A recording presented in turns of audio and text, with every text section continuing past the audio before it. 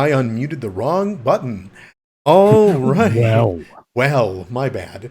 Welcome, Hi. everybody, to Session 1, the great prologue of the Hellfire Crisis.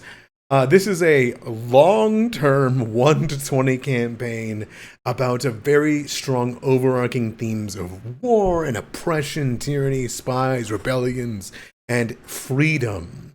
There are no metaphors. All events that happen within this campaign are all themed around fictional events, and the ideals of which are have no parallels to real life. Okay? Yeah, what's the one that pops up at the end of like every movie? Yeah. All events are any resemblance to real life is coincidental. Yes. Yes. Exactly. It's all coincidental. Nothing was featured or permission was granted. Yada yada yada yada. Rada.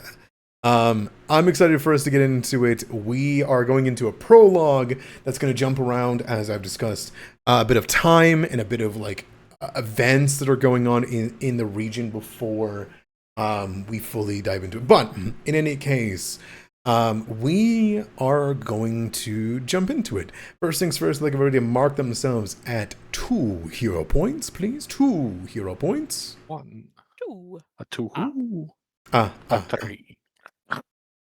Sure. Or should we do 3 for the you know what, let's do 3. You know, I'm feeling generous. I'm feeling Let's generous. go. The owl's good for shit. It's not like there's going to be a recap, so it's the easiest way for me to do that, you know? For sure. All right. Well, without much more further ado, I don't see much more reason for us to delay, shall we say? No? Let's get into it. All right. In that case, we will dive in.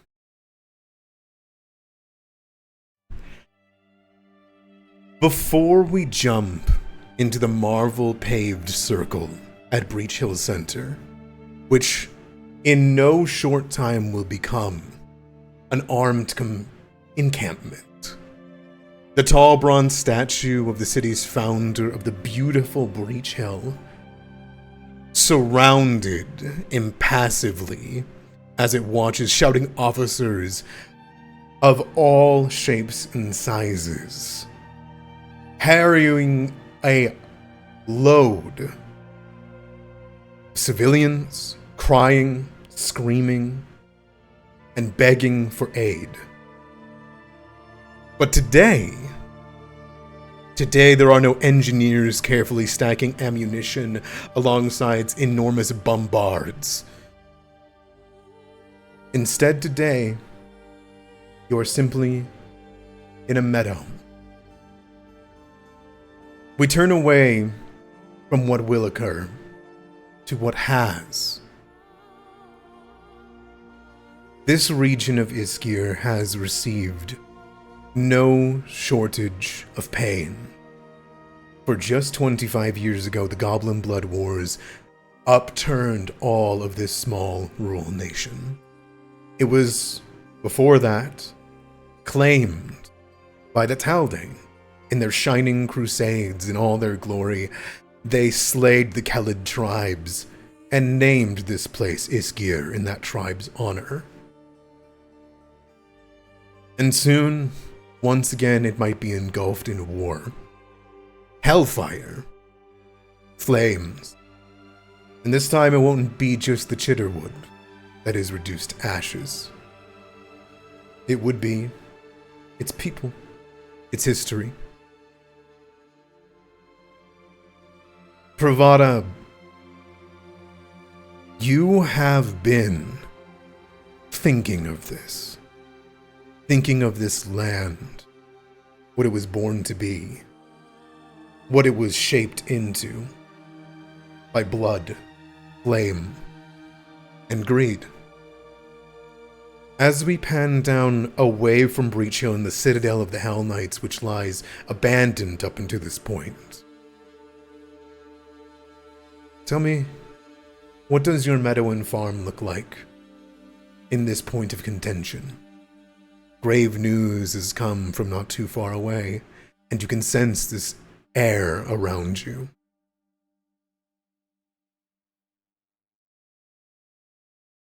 There is a peace that follows over the hills and rolls of fields freshly plowed, of new sprouted wheat, of vegetables on trellis and vine. It's easy here to get lost as you're staring down at the ground that you till and toil, and not to see the banners of war draped overhead.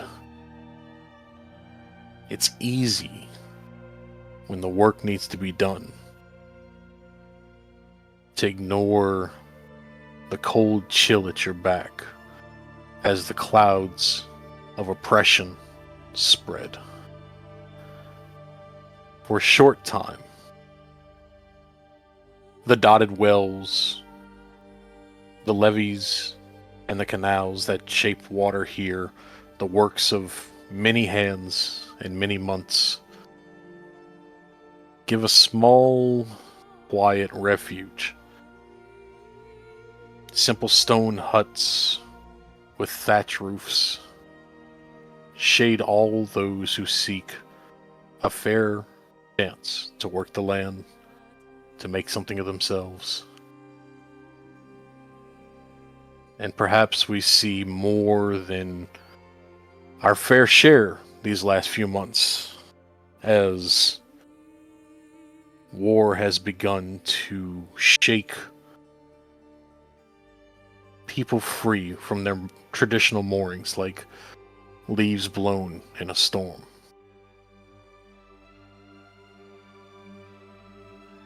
Where would we see Pravada when Pravada looks over these beautiful hills that leaves passing and would see, coming to his farm yet again, the golden frame and a more enwrapped figure walking silently, but knowing that golden armor, the gleaming reds, the wing, you know what they bring.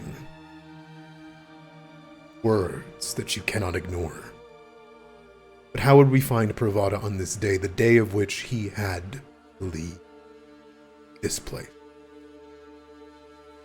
I think we would see Pravada, a tall, densely muscled man who stands a little over 6.5 feet tall, bearing an iron physique honed by said toiling and tilling of the land, as well as grueling training and discipline. His body is clearly maintained. He is a rich tawny skin tone that is further deepened by the hours and hours spent in the sun each day. Wearing plain linens, wrapped feet and hands, almost no finery. Aside from an older yet well cared for silken shawl that is of crimson color and gold trim and has faded somewhat over the years, draped across his torso, kind of asymmetrically, almost toga style. The only bit of finery is the simple sun motif buckle and a long, fine golden hairpin, using it to cinch the shawl over. The sun would be gleaming off of his shaven bald head, top his head, as he, with his thick, squared, well-maintained beard hanging down to his chest, is probably working a plow. He is probably pulling a plow. And while there may be others in the field who are doing the same, using oxen or donkeys, he himself is the beast of burden here. The straps crisscrossing his chest like the healed scars that dot his frame. signs of a life of conflict and survival.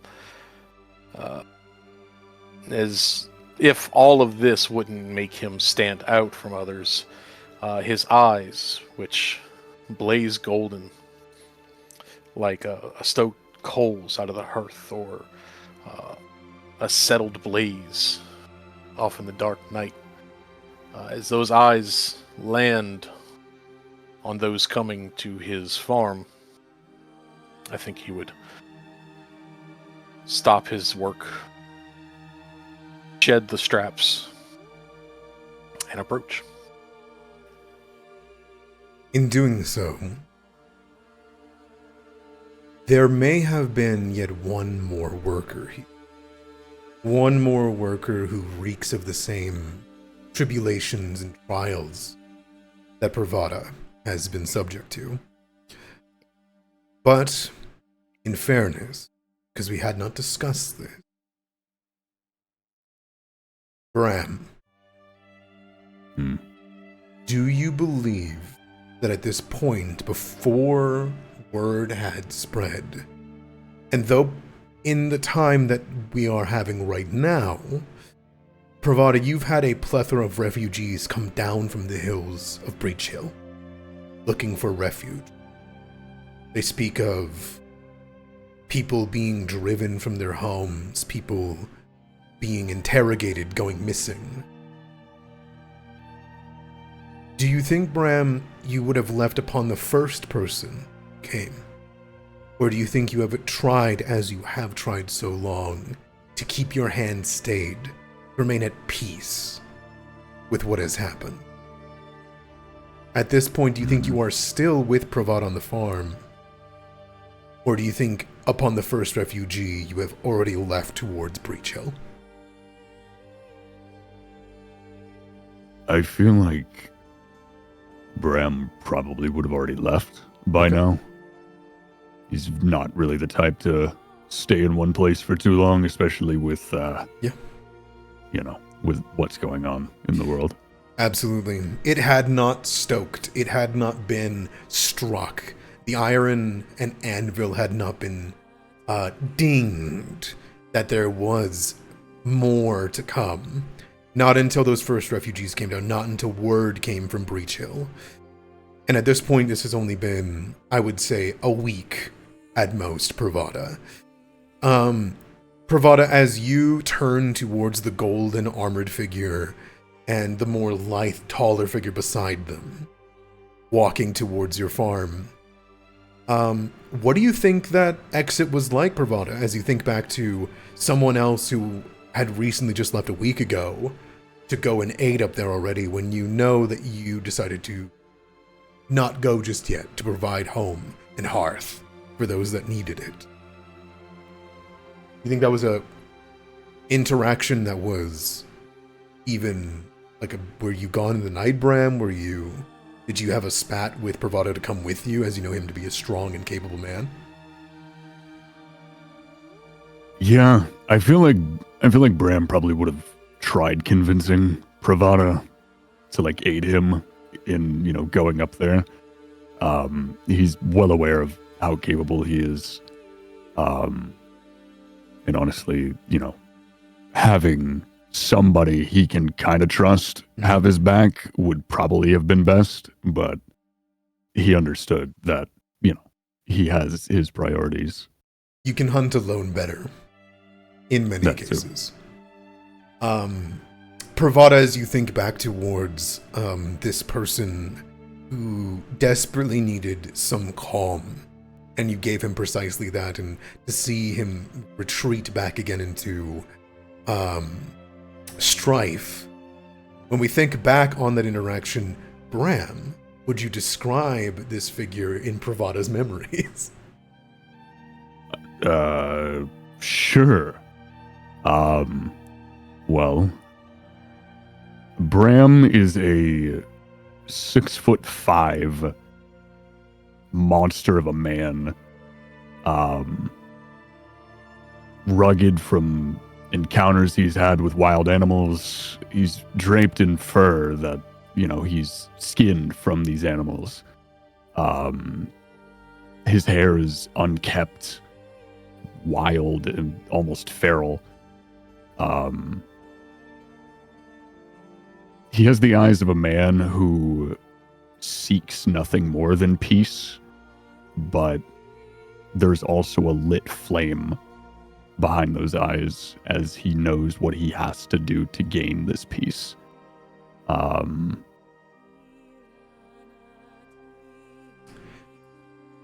He has very striking eyes, almost yellow in color. His hair, snow white. This looks like a man that could fucking kill you with just his bare hands, if he had to. For that purpose, I did want to clarify for those that have not seen Bram before. On a normal day, you are but a man. Yes. Carrying the bones and perhaps as you have them in cloth. But few, though I feel many have, especially perhaps on a harsh day with Pravada, perhaps even whenever you left, have seen what you can become. What you have to restrain. Yeah. Very well. I have a feeling we're going to get to see that in not too short of time. You think? But, Pravada, you think back on Bram heading up the hill upon the first halfling coming to your door with these wounds across their arm, punctured and needles on the end of chains. You knew what they meant. And you knew what they meant to Bram. You know what they mean to you. These two figures approach as Pravada, you walk towards the edge of the gate of your plow being left behind. And there are two figures. One is taller, one is shinier. Which do we want to handle first as you go to meet them at the edge of the meadow? I think we would instantly be drawn to the taller of the figures. Yes. I think it's probably the first thing that crested the slight rise and the stone wall at the edge of the field. Absolutely. Similar in stone colors, from what is seen, it helps the disguise. But tell me, Velnasha, what does this man see as you guys come eye to eye? And this man looks exactly as Lane told you he would. This man looks exactly like how Lane described him to be. I'm just like, oh yeah, that's him. My eyes, the sun. What does Pravada see as of this new figure he's never met before, walking towards his meadow? I think Pravada would see a beastkin woman that very closely resembles a more humanoid version of the gargoyle adornments you usually see on cathedrals or churches or official buildings. Almost living stone. Even up close, her skin has sort of like a wet stone look to it. She even smells of petrichor if you get close to her. She is adorned in nun's vestments, nondescript faith. The only real identifier that it has is an upside-down dagger on the back, which is covered by the giant fuck you bastard sword that she carries with her at all times.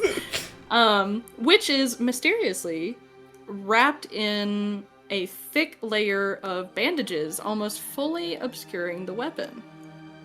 She has an eye patch over her left eye, and she seems almost not meek, but definitely withdrawn into herself, if not a bit distracted. She sticks pretty close to her companion. Her tail is like low to the ground and close to the body, and she's not really looking around too much, more so than just straight ahead. Absolutely. What does, for what is on your face, when you see a beautiful farm, you see people working it, you see plants, animals.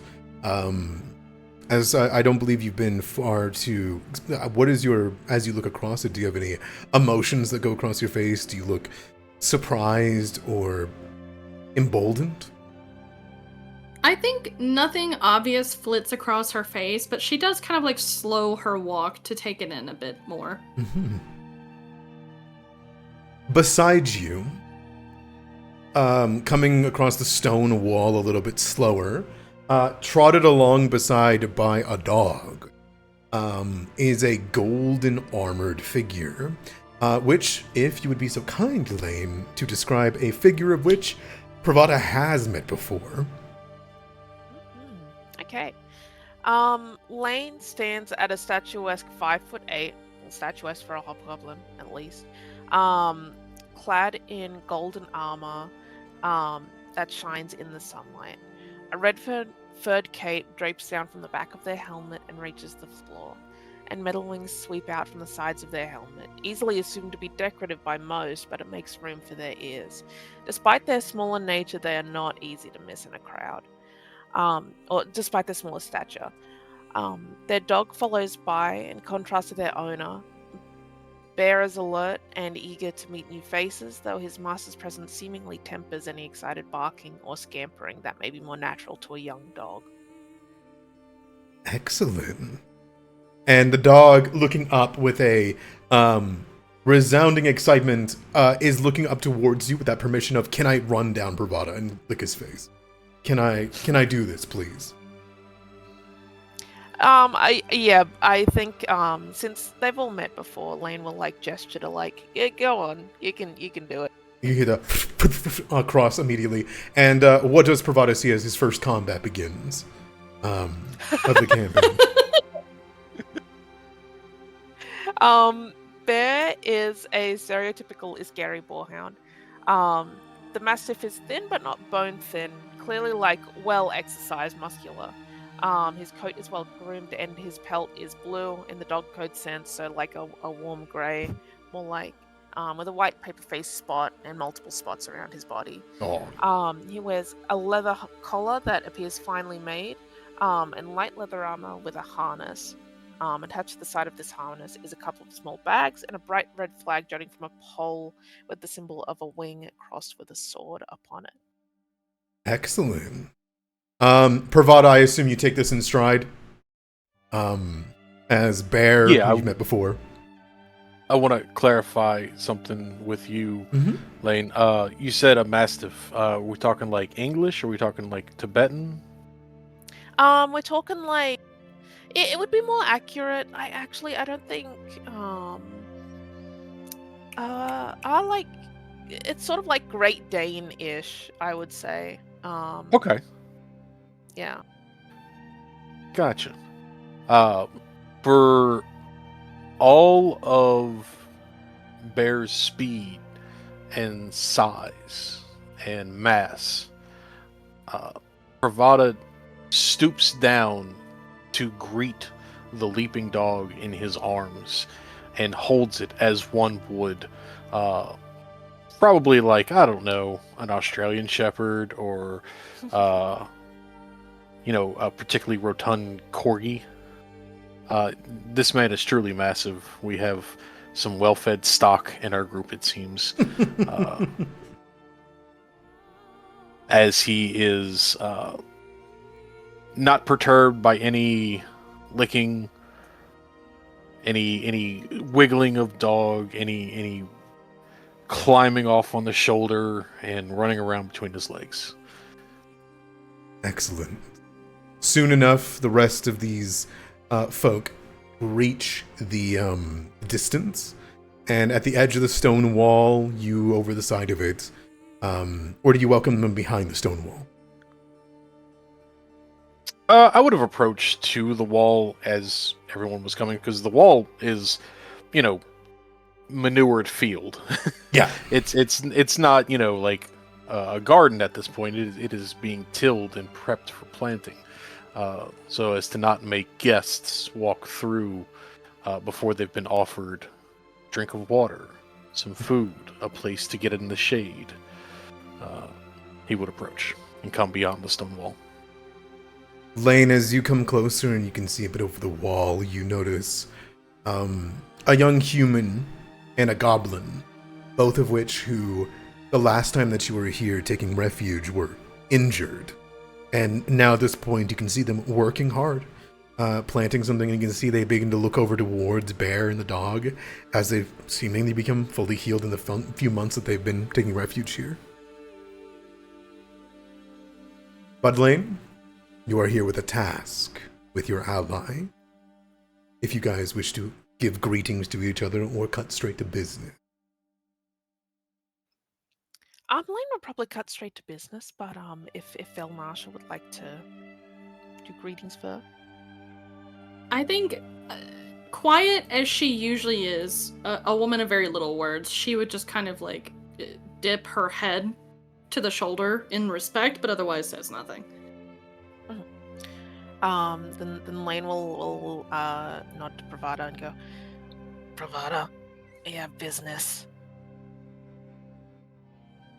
What was a polite smile and, raised eyebrows, open form for his posture, he will let some of the air of jovial greeting pass. Lane, I see. Well, let us head inside. Lane will nod. Do you carry inside Bear, or do you let him scamper in with you? Bear would be let down, especially if he seems like he wants to be let down. If he does not, he will be carried. I think Bear is quite fond of you. In the time that you've known him, I'm not sure if you've given him any scraps of food, but I feel like Bear quite likes you. Of course. Yeah. yeah. Then your Lane is currently dead to Bear right now because you could have food. Carried with flag on back of this wing and this sword. You bring them in, and on the outside there is the more idyllic areas of this. And Pravada, if you wish to describe the inside of it, I'm okay with that about it. Otherwise, we can say that you guys find your entry. Sure. It would definitely be a simple wooden fence around a stone plastered building, 1-story thatched roof, simple adornments. Nothing is of opulence or ostentatiousness. Inside there are small divided rooms for those in recovery, for people who need a place to call their own temporarily, forever long temporarily may be. There's like 6 of them. Basic wooden tables, basic furniture, comfortable, plain, but welcoming. There's, sprigs of drying thyme and basil hung up. There's a basin for washing. Like it's very rustic, but sturdy. There are no less than half a dozen people who hide within this place, kind of keeping their heads above or below, unsure, but at the innate sound of the heavy armor clanking, have gone on guard. But upon seeing you, Lane, seemingly release that tension. As you walk into a small room with Bear at your hip, and with 2 stools and hand-carved wooden chairs to sit down in a large antler tribute along the wall. You can sit down together here in safety.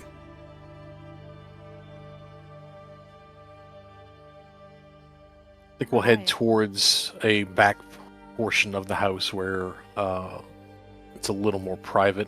Mm-hmm. Where, having seen Pravada come in first, the people in refuge here would have been a little more set at ease as he finally sets Bear down and gives him a little bit of salted pork.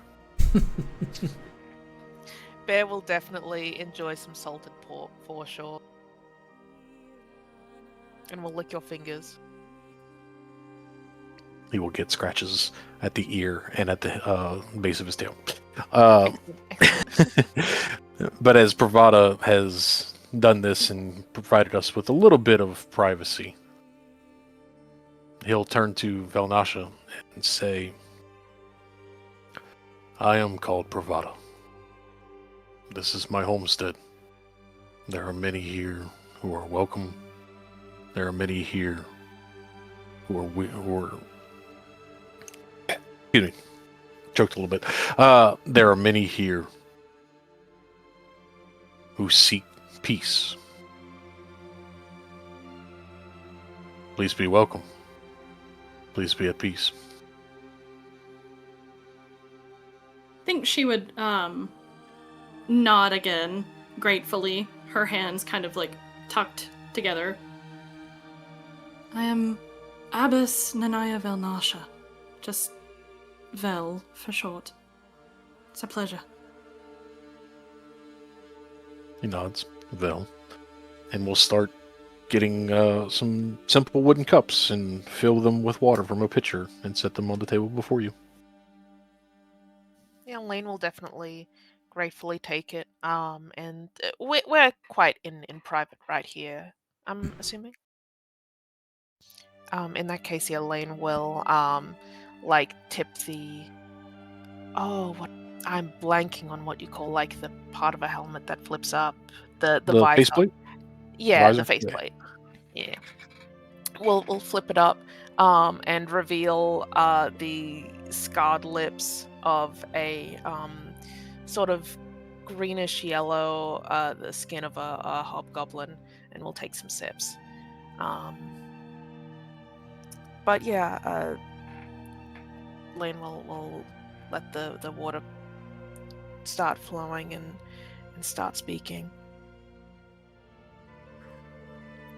I don't want to have to do this, but we have to call you in.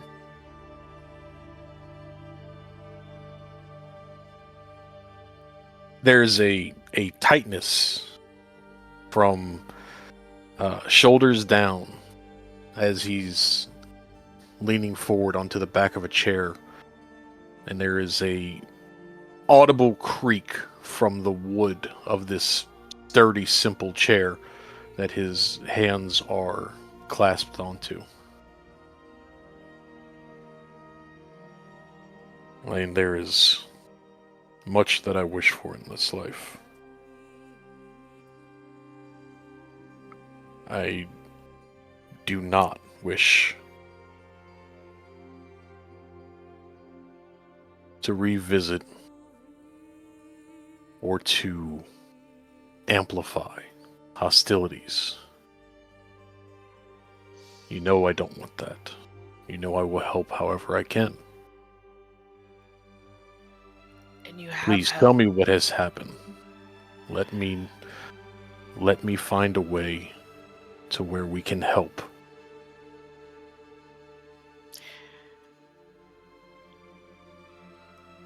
Hellfire burns downhill. And we need all the hands we can get. Especially yours, especially if there are any capable hands here. Things are getting bad. I think Pravada hearing that quote, Hellfire burns downhill. You've heard those words spoken by somebody you know quite well. And you know whose words Lane is speaking. But continue. That was the end of Lane's sentence, and things are getting bad. He loses a little bit of the rigidity of his posture and has kind of somewhat settled. At the mention of Hellfire, his eyes did blaze a little bit brighter, but quickly dimmed back to their normal glow. And he will... Years ago, I told someone standing right where you are, if you have wounded men, bring them here. I will treat their wounds. If you have hungry survivors, bring them here. I will fill their bellies. Will not risk innocent lives for vengeance. Innocent lives will be at risk, especially if you don't take action. You know that.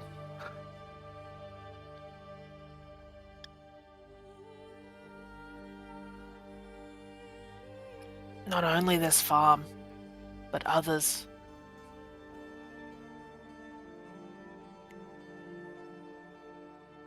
Have they taken back the Citadel? Have they, Adamera? I assume yes. The rumor is that they have been moving into it, reclaiming I it. see. Nothing concrete, but we've seen movement. There's rumors.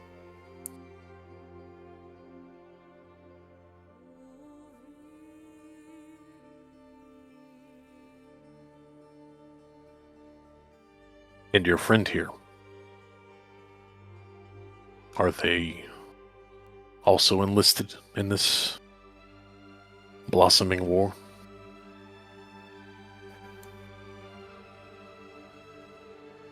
Well, we'll turn to Velnasha, but Lane's happy to speak for them. She's going to assume that since the question was directed at Lane, that she's not I to see. speak. I see. Fair enough. Fair enough. Yes. Vel is going to help.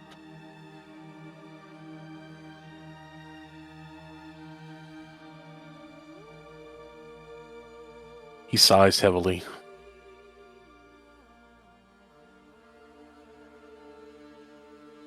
You understand that I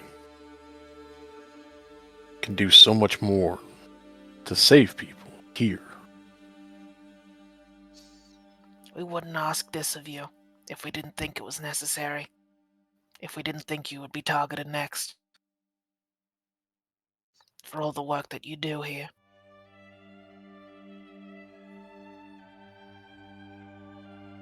Targeted next. They're amassing that much. Like I said, there's been movement. We've heard rumors.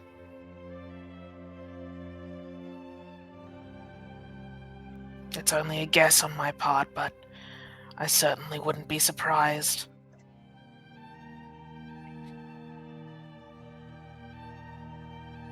Bravada thinks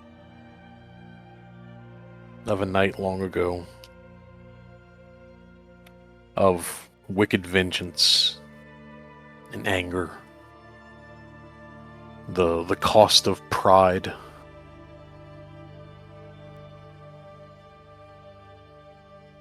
He thinks of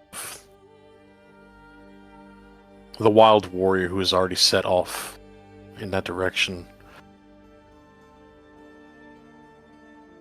And he looks at these two individuals. He sees, for all intents and purposes, a demure warrior carrying a blade that's nearly as long as them. He looks to a compatriot, the child of someone so, if you'll excuse the turn of phrase, hell-bent.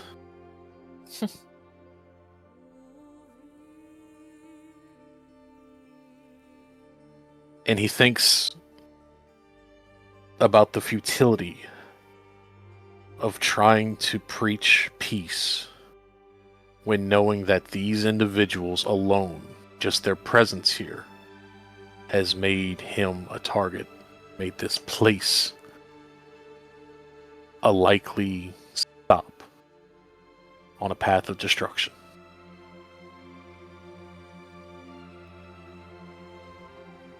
And he finally stands up to his full height, letting loose the poor battered chair, which has visible dents in it from where his hands were grasping it. Give me an hour. I Lane have to will set nod. things right here. Lane will nod. And walk out of the small room to wait. You may rest in here. Oh, I I would- see.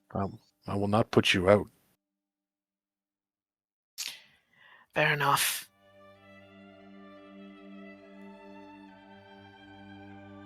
With that, He goes and grabs a small plate of some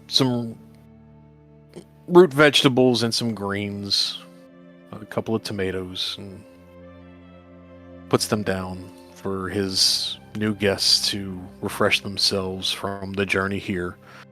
And we'll set about to gathering his supplies, his gear, what little he has, and we'll speak to the people of the farm and encourage them to be strong, to continue what he has taught them, and that he will be back. one refugee. One is brave enough to fight you on this. A man.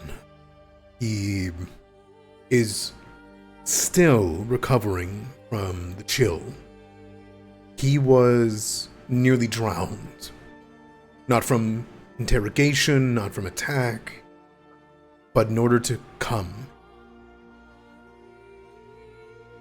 He was the first one that arrived, that caused Bram to leave.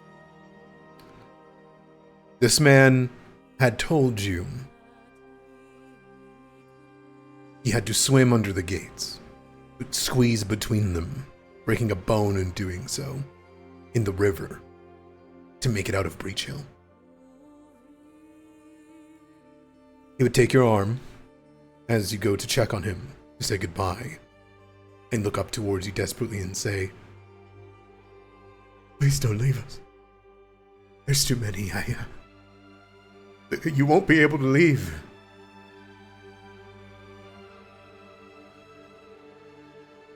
I know. But I have to. There is already too much at stake here. I am too big of a target. Perhaps if I find myself on the road, they will not find their way here. And if they do, I will at least give you more time.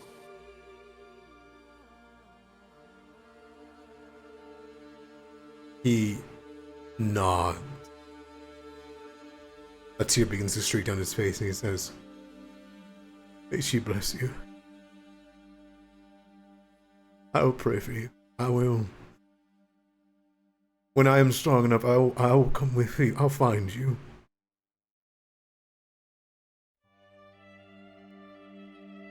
Thank you for your faith. You turn, gathering your supplies, gathering what you can, with that one foreboding warning. Should we zoom out while you guys take a journey to Breachill? Yeah. Yeah. I'm good with Perfect. that. All right, Vilnasha, anything you want to do within the farm, or cool heading out? I think she would approach Pravada and offer that if any of the people in his care need prayers or rites, then she is uniquely qualified to give them. That for some people, faith is a comfort. We have always need for bolstering. Well, while I set to things here, please do what you can. And she would nod, and notably would set her sword aside to go amongst the people and just talk with them. I think you've heard the rumors, Vilnasha, that Breachill had become difficult in this last week. But when you begin to walk around what few have escaped, you see some that were able to buy their way out, smuggled out, that are in better repair, scared, trying to figure out what they should do, using all their coin to get out, realizing the situation that was happening. You see, in another room, however, there are those that are broken of body. Some that jumped the wall in order to land on something to survive. But worse off, you do find a few corpses that have not had proper rites, buried not far from the farm. Gravestones of family members that brought them here for aid, but could do little more than give them a peaceful death. Whether they were choked, broken, beaten, you can put them to some amount of rest after what's happened to them. Absolutely. Before long, we were able to pan away, gathering these 3 stalwart figures who can truly make a difference in a place that desperately needs heroes. In but a few hours, you arrive as we pan over Breachill, the beauty of which is not marred by war, battlefields, encampments, tents, anything the like just yet. Instead, you see the evening hour, disquiet, but at order. A town surrounded by a barrier of stone, and as you approach, gates closed. Bram, your entry was not difficult, but there was a Hell Knight watching over each of the entryways. Walking in, unassumedly, with some people asking why they cannot leave. You arrived 3 days after the Hell Knights arrived, and they have very quickly closed off Breachill. But that is none of your concern. You want to help people that you can, and I imagine you entered the city regardless. Yeah. Very well. In that time, it has been tenuous.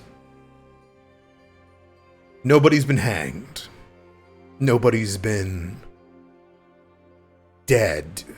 Known, at the very least. People have been... doors have been broken into. People have been taken. Suspects of dissenters of her magistrix. And before long, you have learned that it is none other than the Order of the Rack that has arrived and has begun to push their agenda.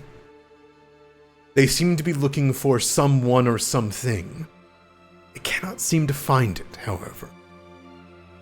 As you walk these streets, help the people that you can, give refuge and watch these enemies of yours, you have noticed that they have made excursions up towards the citadel at the top of the mountains. For what purpose, you do not know. But what you do notice is by day more Hell Knights arrive. Some bearing different insignia, some bearing the same. Armigers walk the streets. The town council has been restricted from calling up any meetings, per se, as the time before the monthly meeting is not for 3 more weeks. Do you think you've been doing anything in particular before the other 3 folk arrive? Most likely sniffing around, seeing if you can get any and all information about, where these Hell Knights are going and, where they're staying. There is no less than 50 Hell Knights within the city, which is an egregious amount to your expertise and knowledge. Even one of them being in the city would be a problem. 50 of them with no less than 100 armigers, Hell Knights in training. They have instilled a all but said martial law on the city. People do not leave this place. People cannot go around and do what they like. They are taking their home and refuge in the local garrison, since they are legally Cheliax's forces, right? These are the soldiers of Cheliax, and thus this is the registered, known army, and there are many people that welcome them and are even giving them house, home, and food. For that matter, they seem to be surmisingly taking refuge around the the large circular center I had spoke of, with multiple water towers surrounding it, and they put up small amounts of fortifications to an extent. Nothing major, they do not fear the people. There is nobody in this town that can stand up to them. They are a small army after all, but you are aware though that in the time that you've been doing so, go on and give me a gather information. See if you can get anything extra. Sure.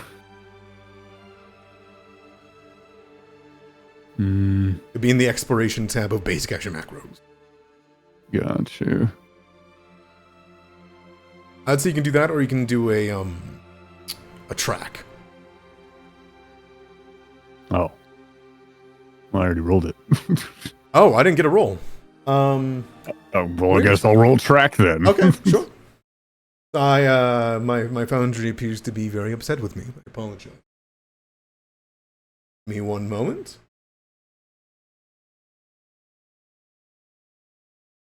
Well, yeah, sure. Give me one moment. What you got? 19 is what it says. You are confident that the Order of the Rack stays here in Breachill, but you've noticed that there might even be Merelictors in town. Not many, or you keep hearing talk of leadership of the Hellknights moving around. Their leaderships go leader, Merelictor, Paralictor, right? Beyond being a normal Hellknight.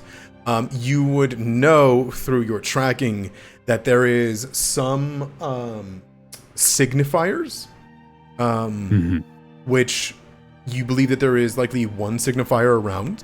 Signifiers are the magical experts, like hell mages, essentially. They are Hell Knights in full plate armor that are able to cast powerful magics, summon devils onto the world. They are trained to do so and command them. Any ruckus or any difficulties caused to the town, you might have devils sicked on townsfolk, killed in their homes, burned down. The signifier, you don't ever get a good grasp of where they're going, but you notice that once they arrived in town on the second day you were there, they left to the Citadel with 20 Hell Knights and have not returned.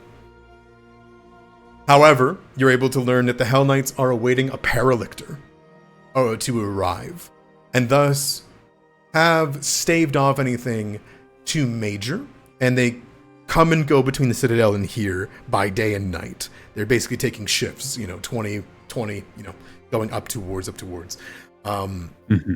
But you are aware that they're building a gallows in the town square. And by the time that anybody arrives, your three companions, that has been built.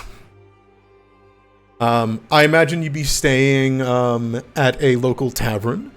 There's many places to stay that have been abandoned. Do you think you would go towards the tavern and pay coin or work for them? Maybe like a bodyguard to help in the situation, or... Probably, yeah. I feel like Bram would probably... he'd offer his, services as kind of like a bouncer for one of the taverns. Sure. Just in case someone acts up. A woman... Just so we can kind of not be noticed. Yeah, there's a tavern that's well known that is kind of...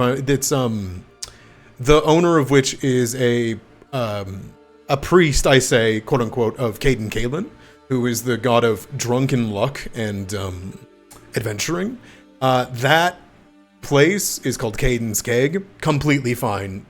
You would have seen that the Hell Knights attempted to open it with a battering ram, and they were actually staved off by the keg itself. But on the other side of it, there is a tavern that is in need of help with one Roxy Den. She is the owner of the Pickled Ear, is what it's called. And so you'd be staying within the pickle for your time within Breachill. and we'll say that you're defending her. And you would notice that by day, there are less and less people to come by and have drinks, less and less people to be there, until eventually on the day that everyone arrives,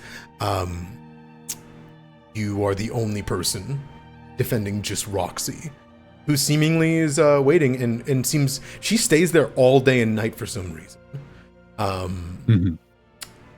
Go ahead and give me give me a sense motive. If it asks you to roll for something in particular, or says something, go ahead and just give me a perception, like a seek.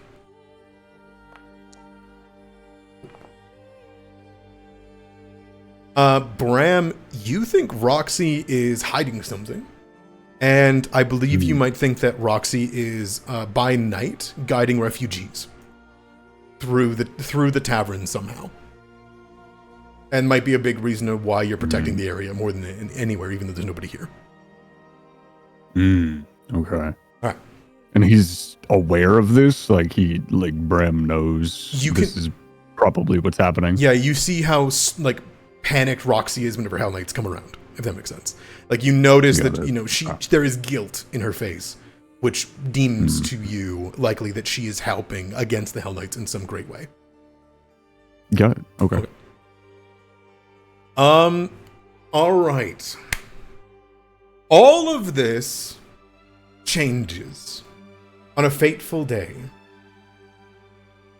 A week and a half into the, shall we say, orderly Breachill, which has been claimed in some manner of which by these Hellknights. Day after day, people are taken from their homes. Day after day, people are restricted from different areas, from crossing bridges or leaving the town. And it does get worse and worse and worse. But is a reason of which it is on this day that you are deemed to arrive. Lane, Pravada, and Vilnasha. And that is because traveling the roads on a distant caravan, on the way from Andoran through the mountains, a caravan bears a diplomat, an old man, if you will. In the time it takes for you all to reach this place, by the time the caravan arrives, it is simply a wave of the hand and an inspection. Evelyn, you watch as a Hell Knight checks over the entirety of the caravan, the people in it. Andira, looking up towards you in a bit of shock and indignity towards the fact that they're being even searched or scouted. She would look towards a Hell Knight who is trying to get into the caravan of which that you are in, not even with the old man per se, as Andira looks towards you and simply says, "I'm sorry, what are you looking for? We are from Taldane. This is General Cormoth. You are not..." And you see the Hell Knight just kind of looks up, deep into her eyes, and she quiets down at the sudden change. And Evelyn, you see they go to put a hand on their three-pronged morning star, at her even beginning to question him.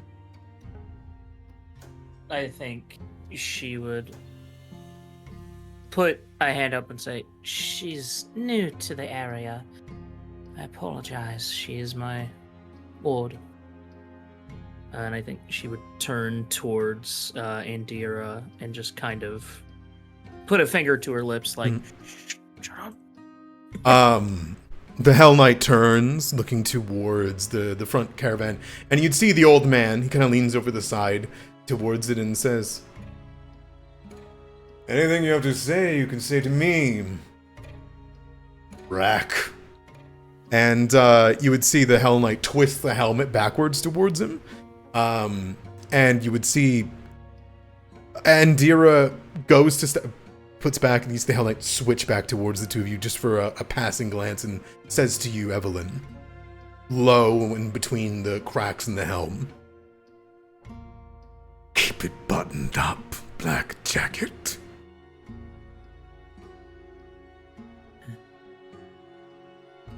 I think she just kind of gives a not a respectful nod, as in, but more of a like, fine. Mm-hmm. The Hell More Knight of a, like, turns yeah. at your indignance, kind of keeping a denotation of that. He goes towards the front and looks up towards the general and says, "Her Magistrix orders. All are to be searched. Is there a reason why I'm on vacation?" You see, he kind of like takes a look over in curiosity. "You understand that I'm a part of Andoran's Arcane Council, right? You're young. I fought alongside you all during the Goblin Blood Wars." The Hell Knight kind of looks up at that, looks back towards the caravan and says, "Her Magistrix orders are not to be ignored, no matter for vacations or for dissenters. Go along, General." And he waves with the Morning Star for you all to move forward, and the horses in full barding make their way forward. It's just two caravans, these two wagons with the two groups, you and Dira, and then the old man in front. Mm-hmm. The moment you enter, there's this tension that fills the air, Evelyn. Even you can feel the people here. You know freedom. You know the shining kingdoms of Taldane and Andoran. You don't know this place. But it looks beautiful. Empty. Beautiful. The general leans back towards Indira and says, "Pick your battles. Come on now. We pay Evelyn plenty. We don't pay her to take on a Hell Knight. Well, we do pay you to take on. You know, you get it." He leans forward and says, "They wouldn't pick a fight with us. We're gonna head to the town hall." I think Evelyn would speak up. "You pay me to keep you safe, and I have warned you too that this place is not safe." She's like on edge. "I have experienced the Hell Knights." He leans forward and kind of pulls his cloak backwards. You see the shining symbol of a Mode across him. This ancient crusader kind of looks ahead and says, "I just need to talk to somebody. Besides, interactions with us are to be kept a minimum. We're foreign dignitaries. Anything they do against us is reflected on Taldane. They wouldn't dare."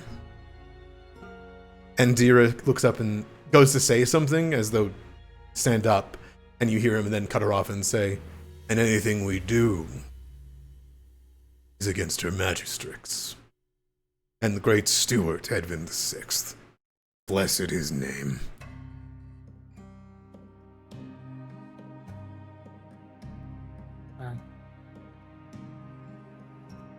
I'll trust you on this, old man, but I don't know, I get a bad sense. The Hell This place Knights is are powder keg. Hell Knights are scary, meant to terrify civilians, especially Order of the Rack. But that's all they are. Show. They're following an order. As long as we don't show them anything, they'll have no reason. He brings you across and towards the town hall, where you guys are pulled up in front of it. And the doors both open. You can see that there are a few of the local town council. As this happens, there's quite a few people coming in and out, but upon some Taldane knights who are also traveling with you guys stepping out, they kind of meet up towards the two Hell Knights on either side of the town hall, and they give nods. You can see their beautiful steel and silvers and blues, the long talon hilt blades at their side, these bodyguards of the general, as you are the bodyguard of Andira. You help Andira out of the caravan, and you would see the doors open. The general says, "Be off with you.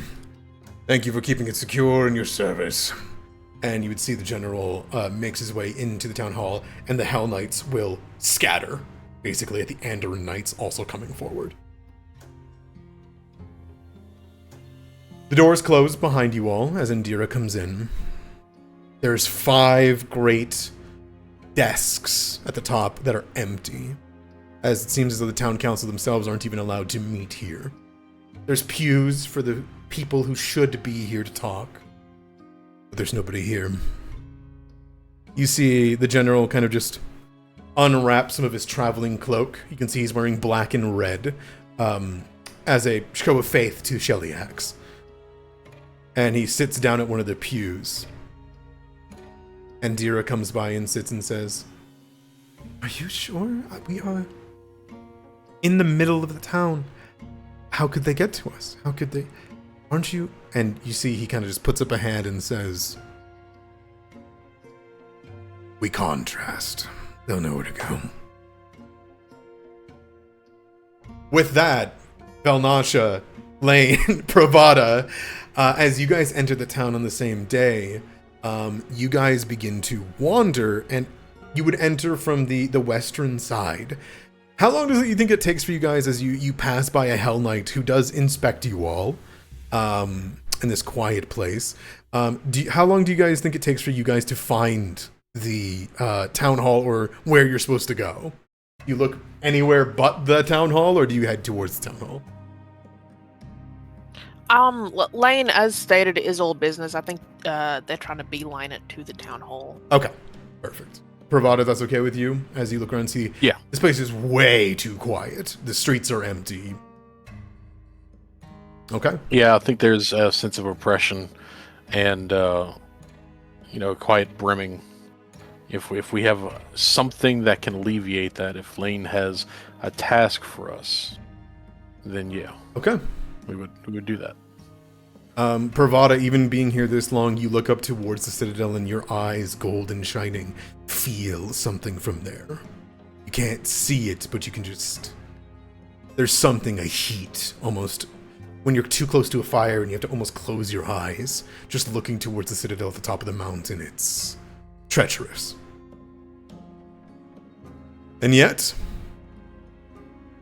Bram, the first sign of peace and the breaking of this quiet is a blue and silver caravan that comes through the town from the east.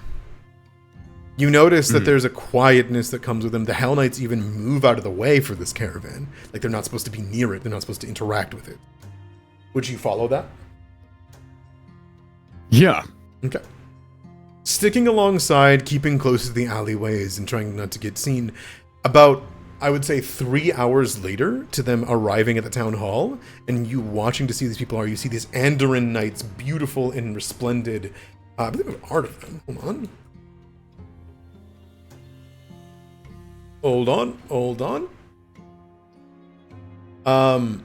In any case, you look towards them and you can see walking towards the town hall is another knight. And the glowing eyes and the stalwart familiar figure of Pravada walking with 2 other figures towards the town hall.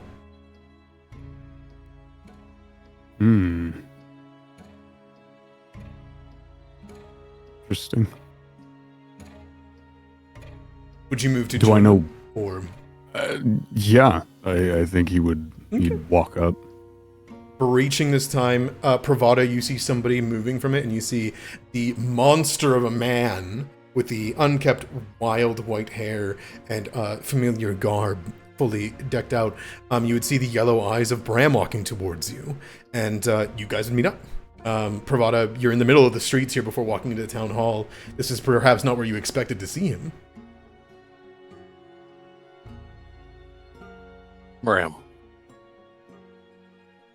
I'm glad to see you are still in control. For now, of course. We have business within. Are you in the middle of something?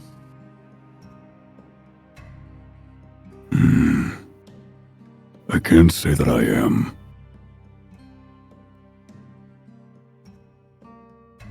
Been offering protection to a local tavern, but I think they'll manage.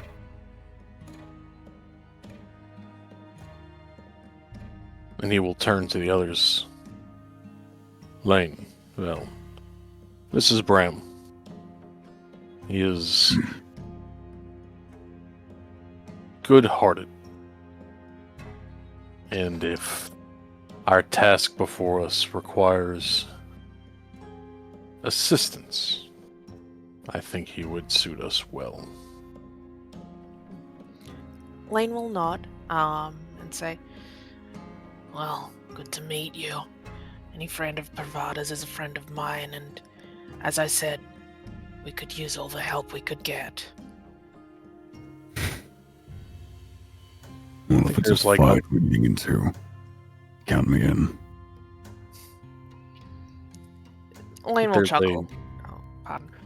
That's fine. I was just gonna say, I think there's a very slight, quiet smile that it's mostly lost in the facial hair at calling Pravada and Bram friends. Yeah. Bram probably noticed it.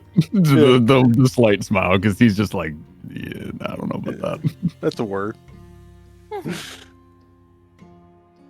But for his own part, he doesn't try to hide any of that. He's plain and open about it.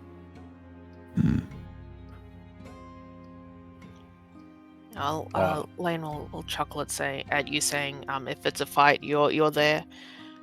You could certainly call it that. There will be fighting. So where to? Lane will point down to the town hall. Yeah, you see that there's a small group of the Andoran like knights and squires who are out front. They have their crossbows out. They contrast immensely to the Hellknights, of course, right? And any armature. Mm-hmm. They all look towards you as you guys are going. And they go, "Hail!" Lane will put up a hand. Are we close by? Yeah, you kind of encroach within the like 15 feet or so. And as they begin to approach, they say, "This place is a home for the foreign dignitary General Cormoth. Is there business within or to a town council?" We have business with the general. Do you now?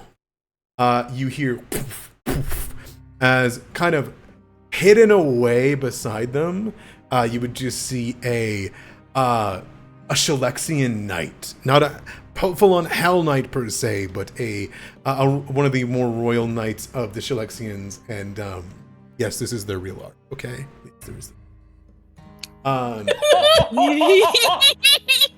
as he comes out, and you would see. I'm glad he could make time out of his dungeon schedule to.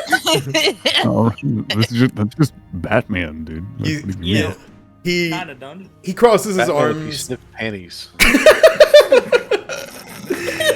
He's got this. Fucker! He's got the. I spit my computer. You spit on your computer. I'm so sorry. You see, he approaches. He's got this black and red symbol across the front of him, the symbol of Cheliax, and he says, as though, and you see all of these Andoran knights move out of the way for him because this is his territory. This is a Cheliaxian vassal country, and he kind of just moves up and says, "What business would that be? Business with the general. He just arrived." Yes, and I'm meeting my friend on a vacation. Is that okay? Vacation.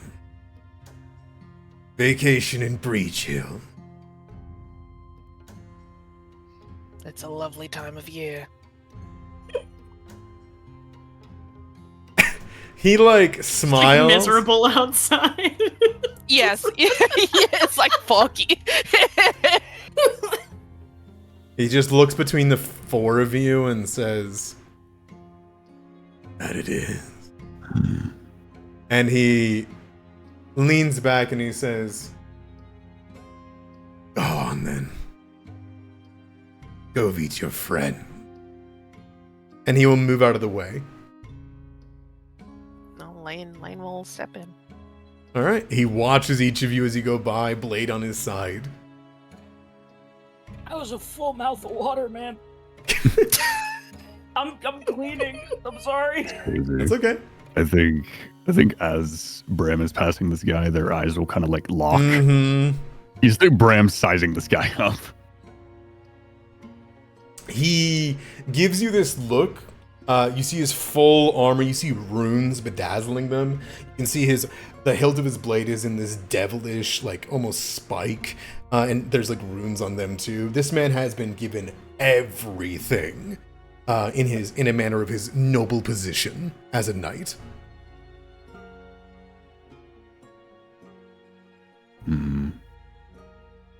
Bram's gonna smile and then crack his neck and then walk away. Walk into the town hall.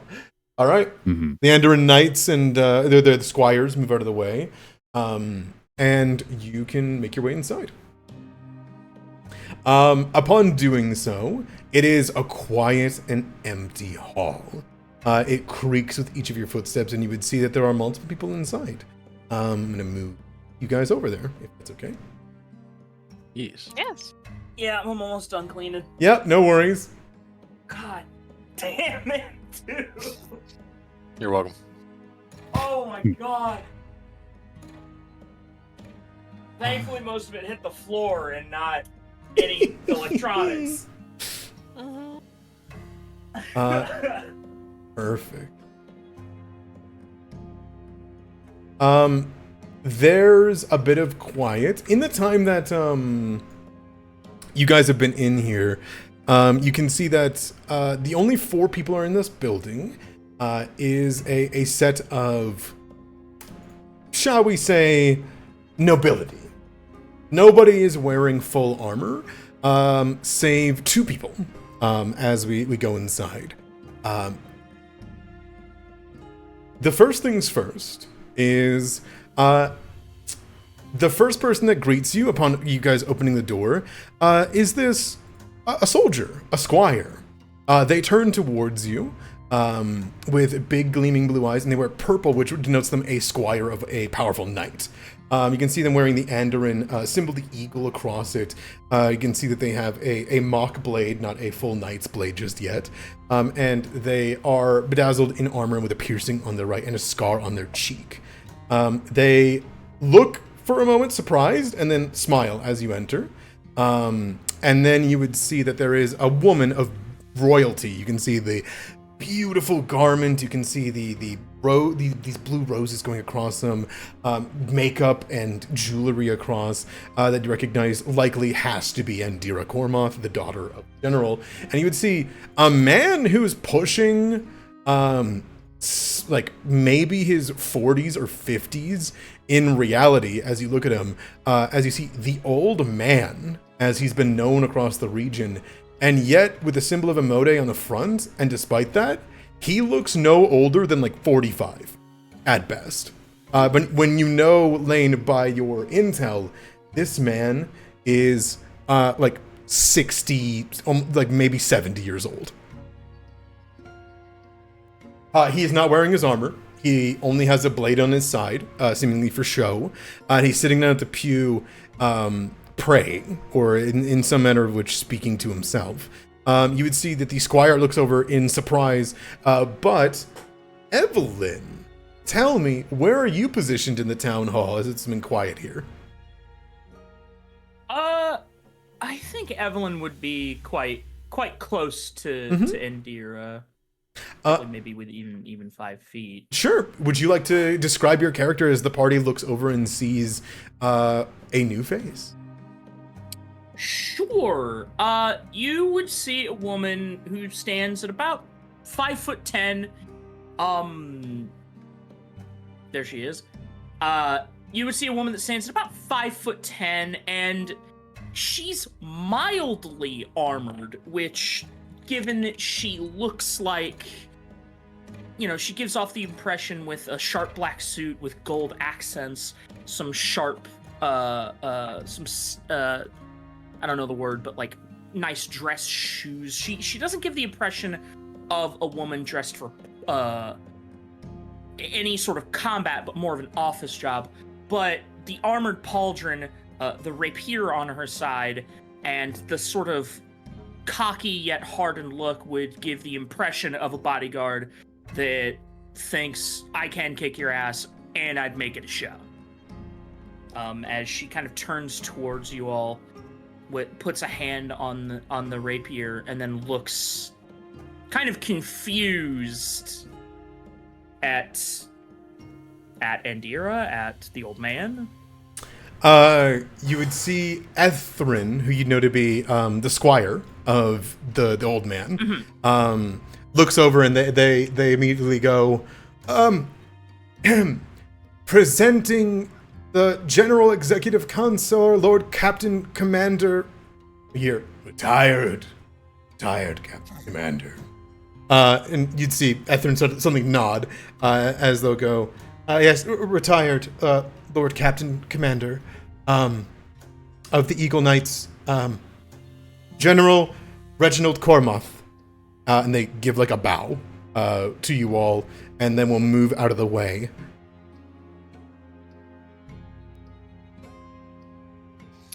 Yeah, Evelyn will nod and keep walking up. Okay.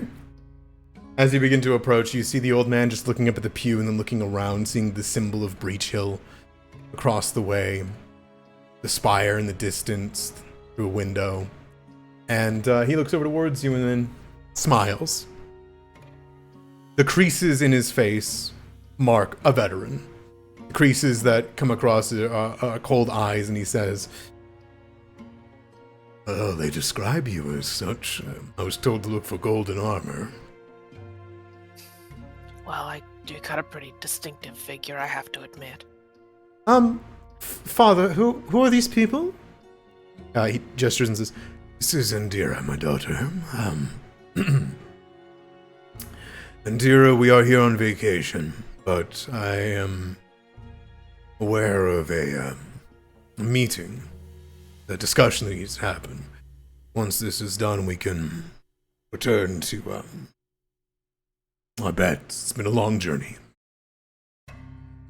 Andira kind of goes to say something, and then looks at you, Lane and Velnash and Bram, Pravada, and whispers to you, Evelyn, and says, bit unsightly, garish. They're a bit armored for a, Oh no, the other ones, I can see his nipple. I think she kind of turns and gives a look. That's what you're concerned about?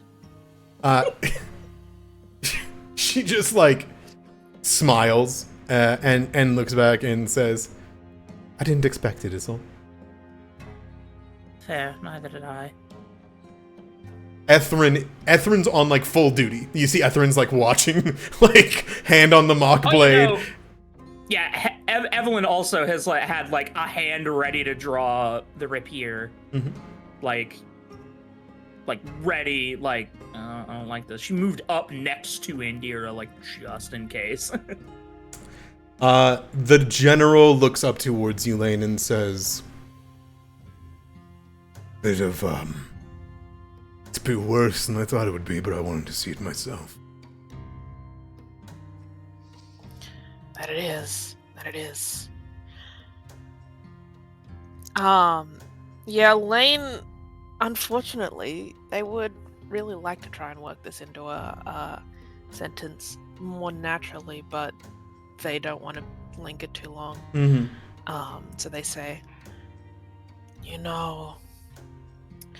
some do say that stones are better thrown by taloned hands.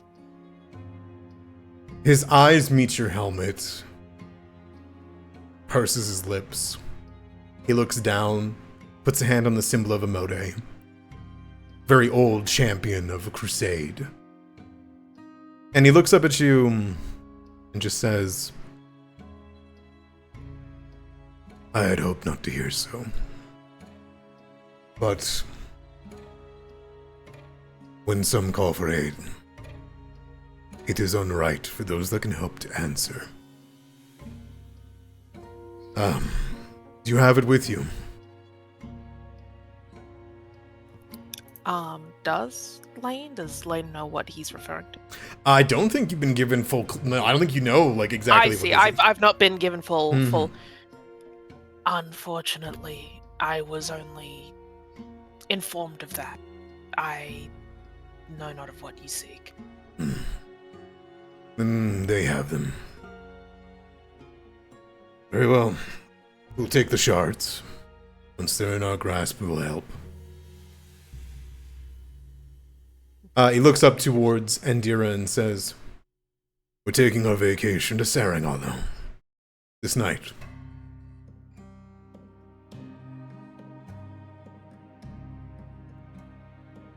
To what? What was that? Sarangalo. Sarangalo is a location within Isger. Deeper within. Endira, like, quizzically looks and says, our plans have changed. The general leans back and says, drastically.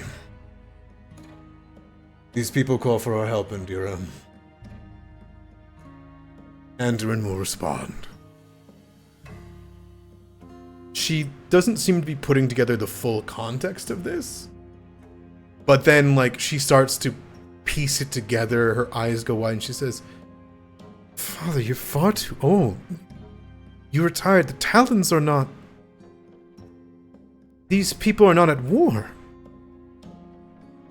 The general just simply smiles and says, They are. They are. And he'll stand up to you, Lane, and he'll bring out his hand to shake it. Yeah, Lane will shake it firmly.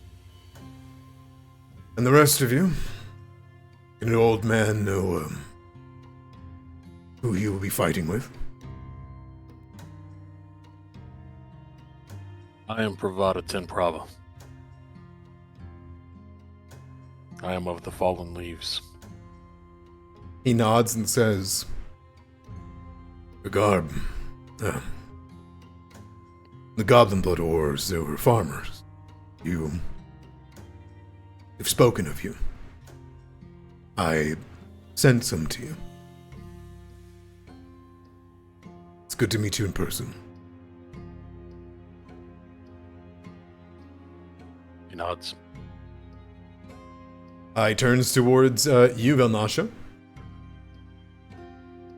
She does her customary dipping of the head as a greeting. Oh, please, I'm not royalty. He puts up his hand. When you see Indira at hearing him say that, it's like, yes, you are. And go ahead. You literally are. You literally are! I am Nanaya Velnasha, wandering war priest. Out of reach! Stop trying to punch me! Do you have your symbol? Like, Vigandi or your blade?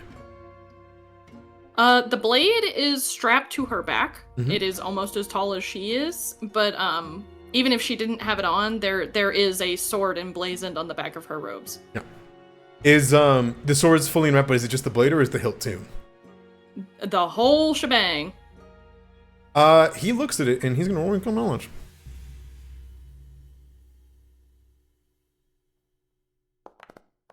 Come on, Sir General Reginald Cormoth. If he looks curious, she would just tell him. If this person is trusted by Elaine, then I imagine she's safe to reveal that information. Yeah, he'll like look at it and say, that blade, it doesn't appear to be a I can see its hilt, shape of it. It's... Where is it from? Shape of what? Sorry, you cut out. The hilt of your blade. She would bring it from her back, keeping the point noticeably downward, like she's not wielding it. And she would unwrap the top half of it to reveal the ornate, gilded yet soot-covered blade of Regathiel. He smiles on seeing it, like seeing an old friend. And he would say, "Your allies will be lucky to have you. I was born in Almas, you know.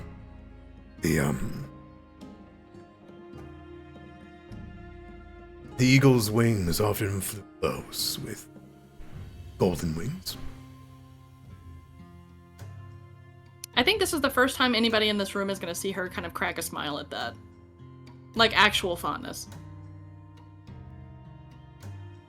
It's comforting to hear.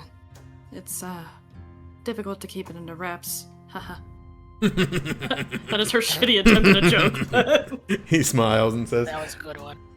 "Do yourself a favor. Keep it wrapped while they're on the Hellknights. And, if we could speak on how you had it passed down to you later." Of course. My time is yours. Then he looks over towards Bram. "I cannot say I know you, but I do know the Kellid when I see them. Are you Isger?" Bram kind of choughs, kind of exhaling deeply. "I am." He nods and he says, "May I shake your hand? When I was elected Executive Council and Lord Commander of the Eagle Knights, He looks down a bit and says, much of my time was spent attempting to give back what the Taldane took while we were still all one great Taldane. The Shining Kingdoms do not speak on how much they take when they did their crusades. I'm happy to see you still walking. I'm happy that this flame has not snuffed you out." "It would take a lot to snuff me out." He gives you a nod and he holds out his hand for you. Bram's gonna look down and look up. He'll give him his hand and then give him his name. "My name is Bram." Reginald. You smoke? "No." He will reach into his pouch and he'll begin to pull out tobacco leaves. I do, actually. He will, you see he hands you, something to smoke. He'll take a small flint and steel and light it in his mouth and put it in, and he'd light yours if you need it. Yep, she would absolutely take it. And I think, like, she didn't seem tense before, but the tension definitely melts out of her at that. You have no idea how long I've been waiting for this. He says, you know, and you see Andira is fuming seeing him start to smoke. Yeah, and Evelyn smoking in the church, or in the town hall, goddamn. Well, I think Evelyn as well is like, old man, I thought you didn't have any more. He looks down towards the ones that he has left and he says, I actually bought these because I promised myself that there was no need for it during times of peace. Broken promise? Not so. He looks down at it and takes a puff, and Andira goes to chastise him for a second, kind of hears the end that he hasn't broken his promise yet, and you see her begin to grow pale. So, this wasn't a vacation, I figured, but...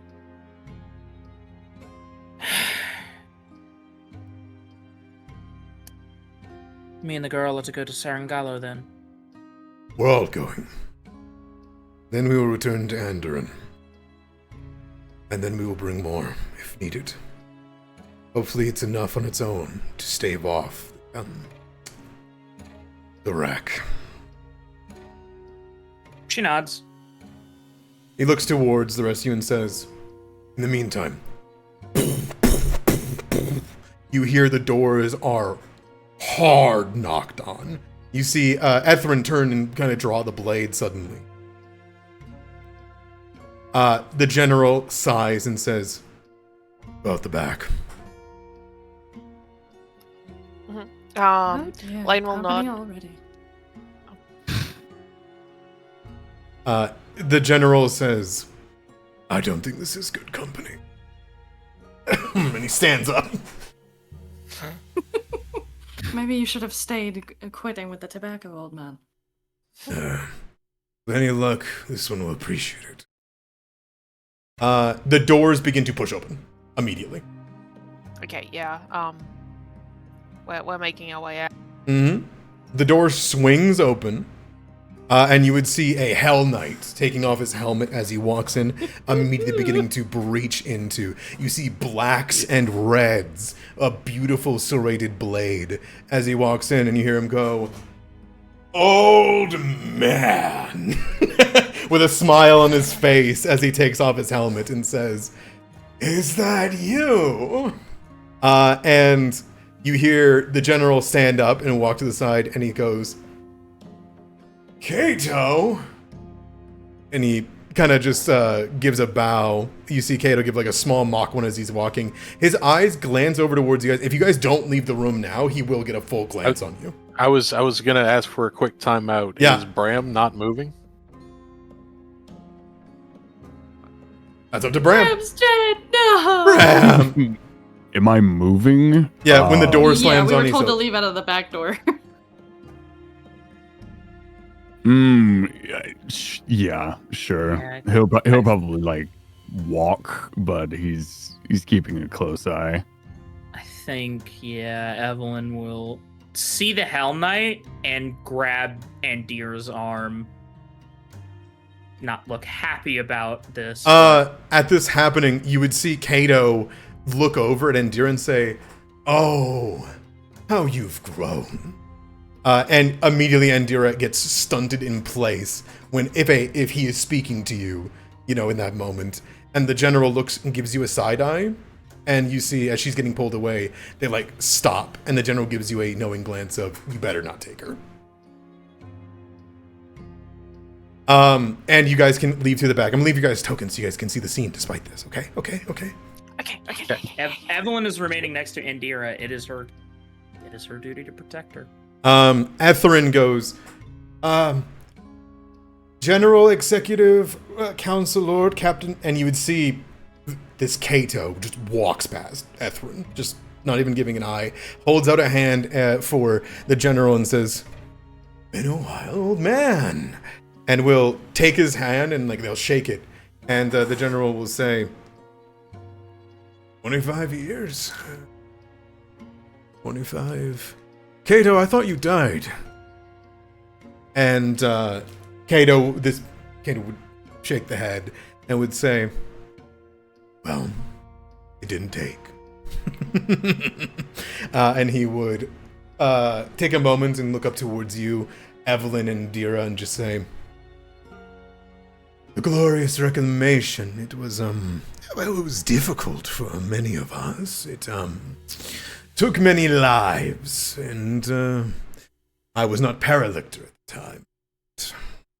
Still, when I was stabbed through, they don't really teach Hellknights how to fight other Hellknights."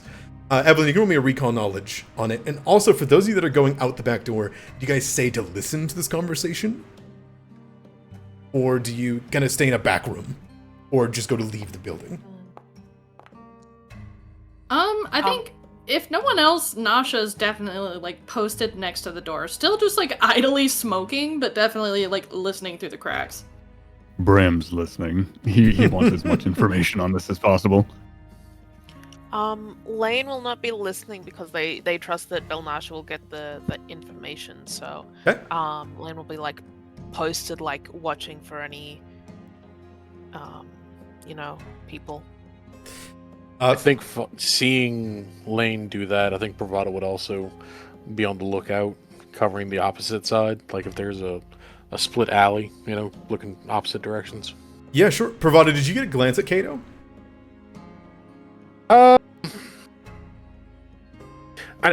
It was a little timey-wimey. Mhm. Bravado was standing by to usher Bram away if Bram was not going to move. That's why I called for that.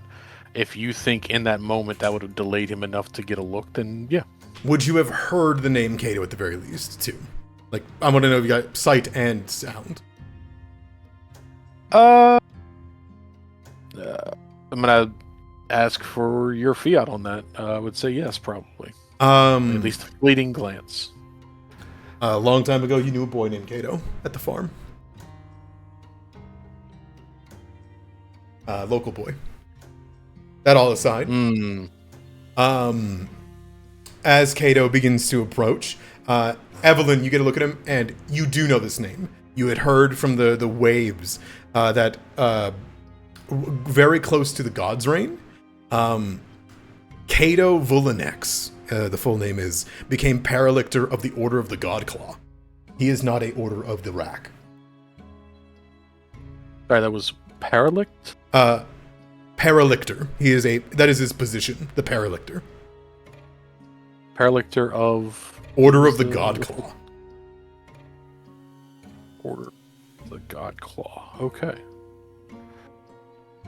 I love how I have to pretend that I know nothing about those guys. Inwardly, I'm just like, God damn it! He approaches. Evelyn, you know exactly who this guy is. His helmet's on his side as he comes in and meets. And he would say, glorious reclamation. Had a bit of casualties.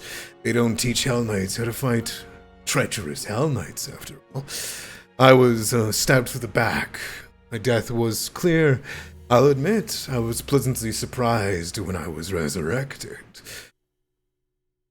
You see, he nods and says, How did a local Isguri boy like you become Paralictor? Kato smiles and says, making waves. It was my idea to exonerate the Amode betrayers. No offense. He looks down at the Amode symbol on the general's clipping in armor. General puts up a hand and says, "We all walk our own path. It's all right. Tell me, Kato, why are you here? It is good to see a friendly face." Kato smiles and says,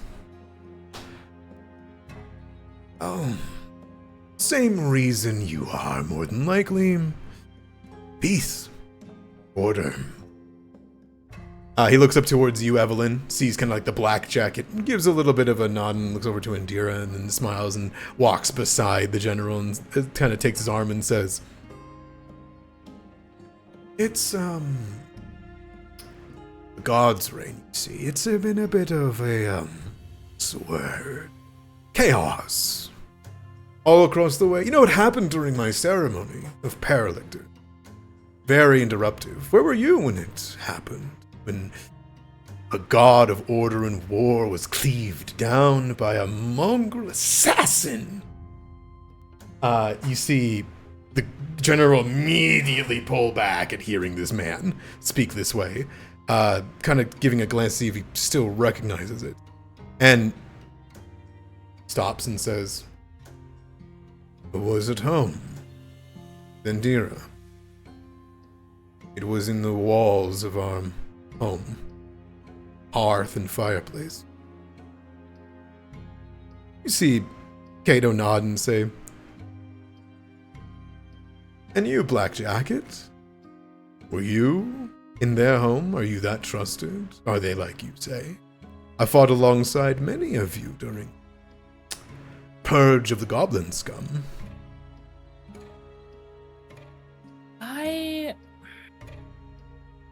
She's been in this contract for 6 years. She would have been with,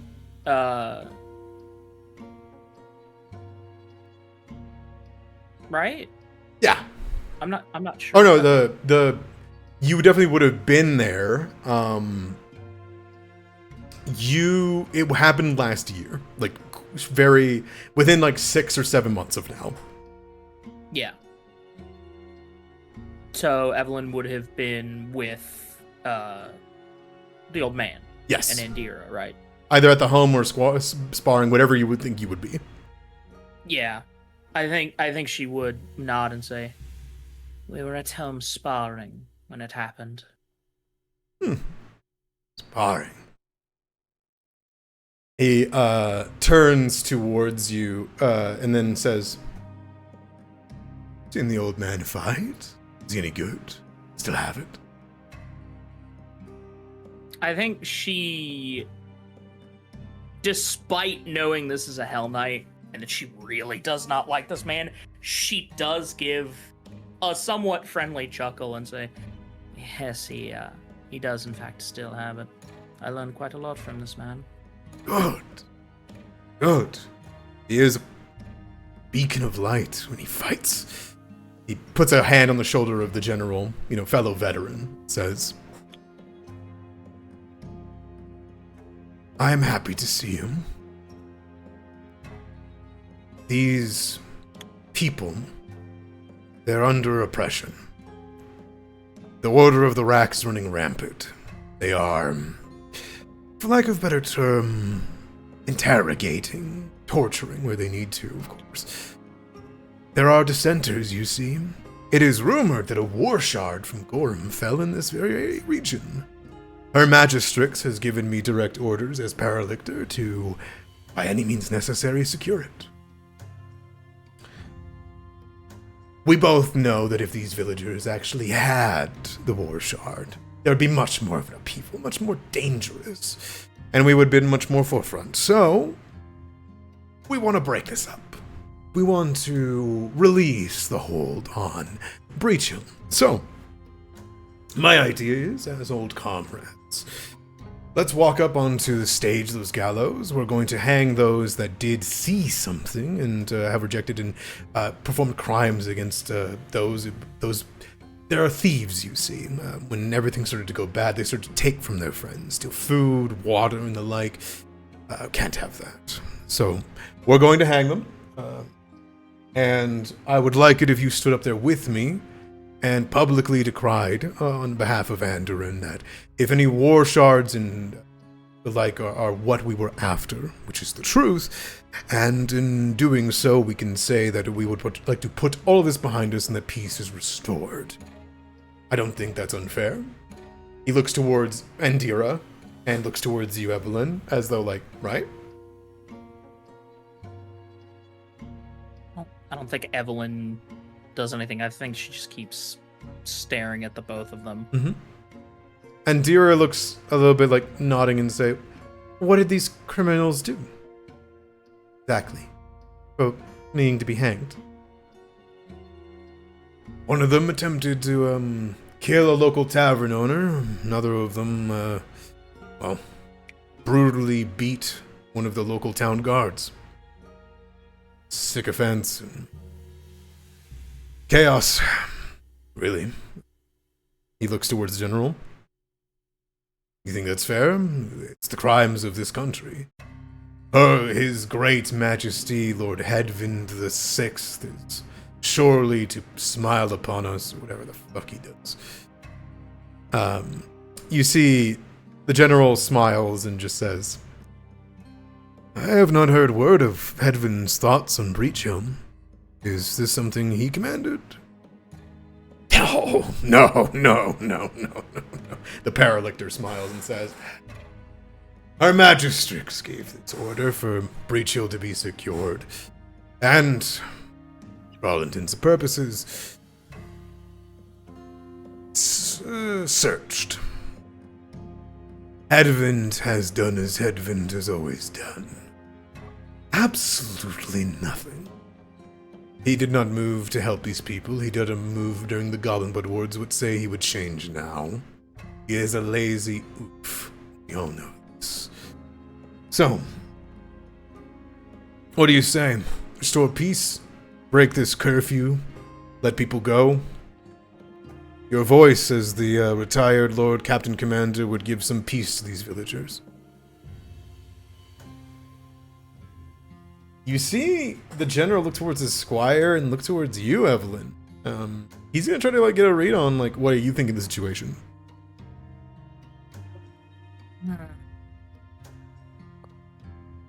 Oh man.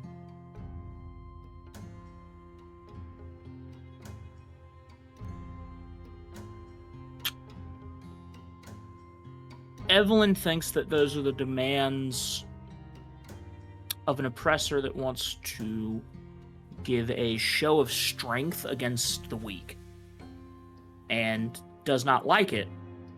But at the same time, what is being discussed is political, diplomatic, a field she has very little experience in. I think she just gives a short shake of the, just a tiny shake of the head towards the old man. Okay. Not like a knowing, but more of a just this feels wrong. Mm-hmm. The old man looks back to the Paralytic and says, I'm on vacation, Cato. We had our times. We uprooted the goblin slavers. We're at peace. If I say something, then that's a bespoke upon Andoran. I am a retired general. I simply seek to continue my vacation. The Paralictor nods and says, I thought you'd think as well. I thought you might want to continue, so I brought a better offer. A clear offer. You stand up here.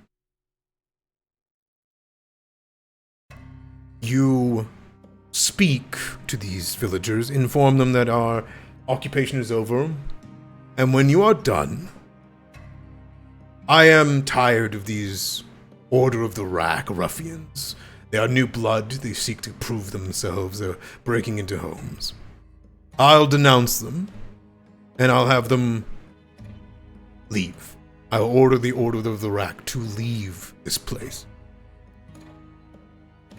Villagers will be free, and by nightfall I'll have the Hellknights out of here.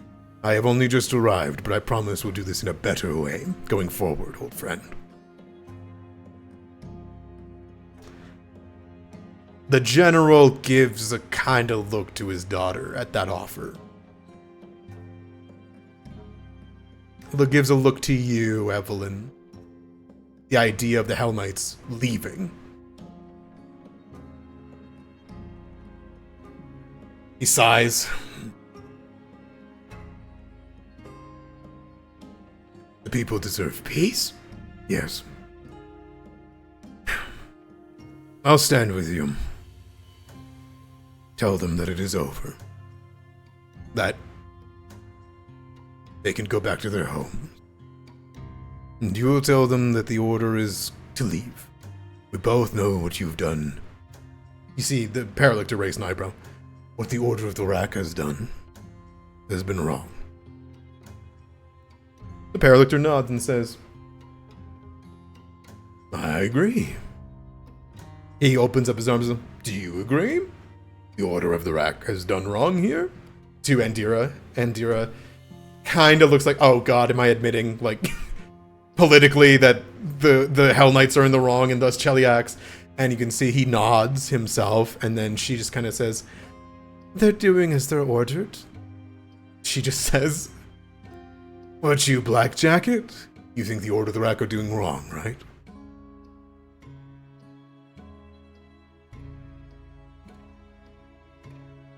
I think she's in a bit of the same mood as Indira, but she doesn't stop herself from nodding.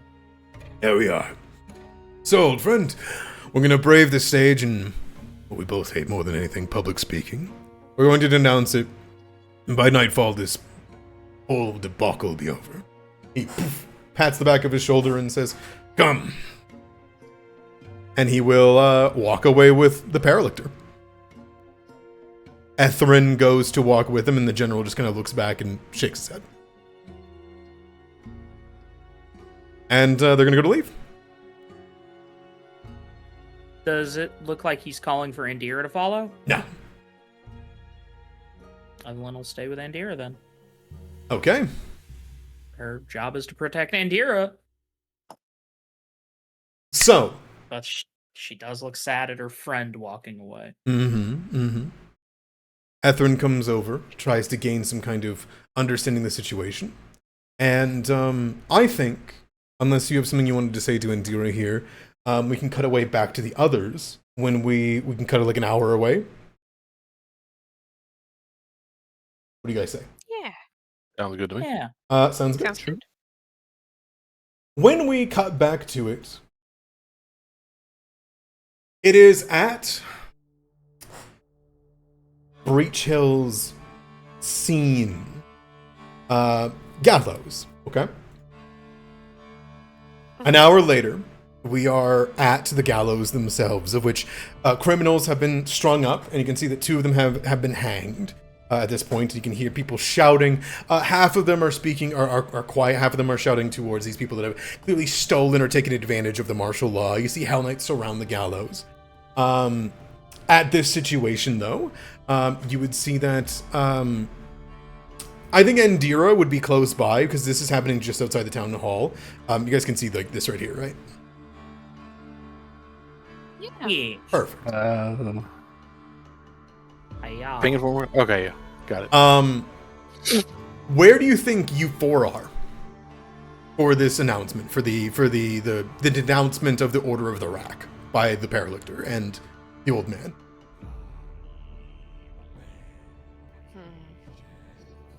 Do you guys think you're like in the crowd, hidden about? Are you guys? I would say in the crowd, yeah. In for Lane at least. Okay. I can agree with that as well. Okay. Yeah, sure. I was gonna say Velnasha probably has the distinct feeling that this is not gonna go well. So she would personally probably post it up close to the gallows in case she needs to get them out. Yeah. Yeah. So she can't imagine that the Hell Knights are not gonna go down, like, willingly. Evelyn would be posted up basically at Andira's hip. Sure. Andira is at the front of the crowd, looking up at her father, you know.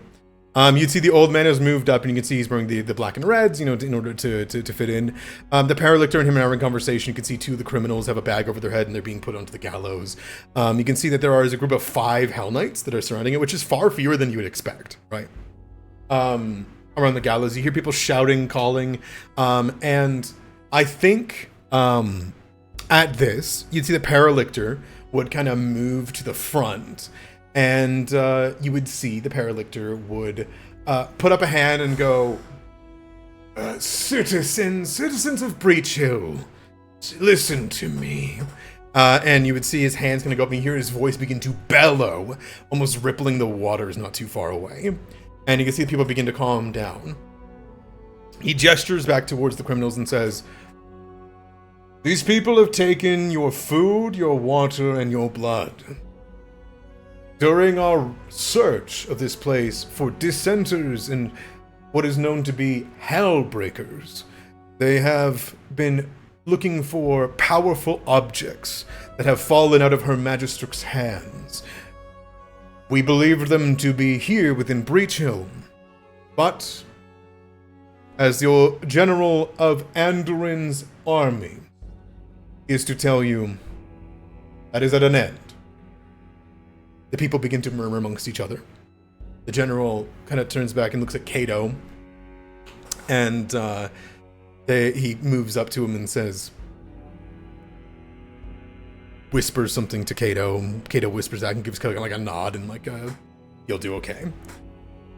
The old man goes to move up and he says, "I am General, retired General, Executive Council, Lord Captain Commander of the Twilight Talons, the Golden Legion, and the Steel Falcon. You have suffered, people of Breachill, but you have suffered not for in vain. This," and you'd hear the Paralictor go, General, He moves up to the side of him and says, I forgot we are supposed to have company. And he would wave a hand in the air, and you would see a hell flame, and he'll throw kind of like this arm upwards. And there would be a bellow, a screeching bellow that shakes Breachill, as perched from the top of the citadel, not but a mountain away, a giant pair of flaming wings breaches from the top of the citadel. And he calls out in diabolic, Kandalu, beseech us. A screech as a being as large as a building flies. What did he say in diabolic? That's what he said. Kandarlu, I beseech you. Oh, my bad. That's I okay. fully misunderstood. And you would see a ancient, powerful dragon covered in hell flame, the size of the town hall, begin to fly down from the citadel. It will screech, and within no time at all, land and knock over one of the water towers beside. People scream and run backwards at this, and you see the Paralytic hold the man and say, This is an ally of Her Magistrix Abrogail Thrune II. There is no cause for alarm. We have confirmed the dissenters within this very city. She was here as a means to sniff out the villainy, chaos. There is no matter. There is no crying that needs to happen. She is a beauty. And you would see slipping off of her back is a woman, another Hell Knight, from this ancient dragon. People on the gallows begin to quake in fear and begin to pull back. The fire engulfing this being is not hot. It is dreadful. Your bodies begin to quake. Your spirits begin to lack. People inherently begin to move backwards at the mere presence of this diabolic dragon.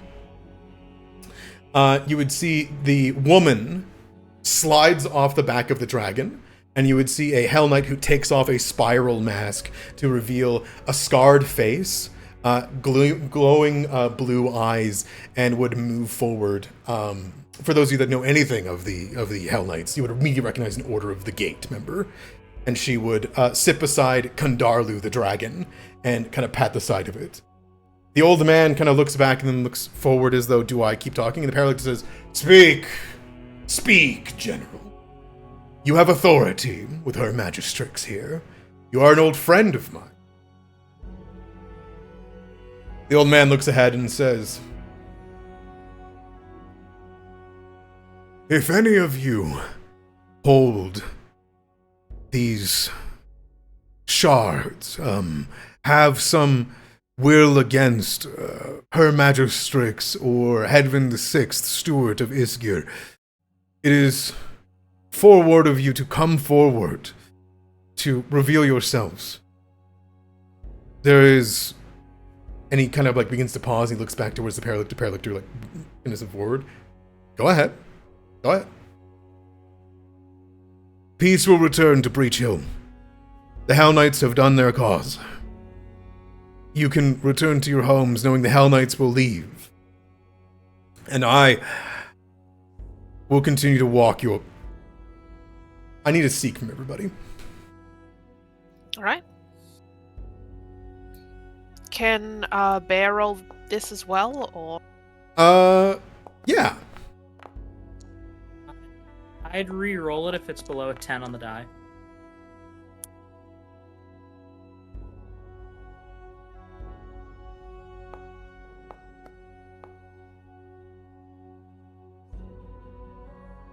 Sorry.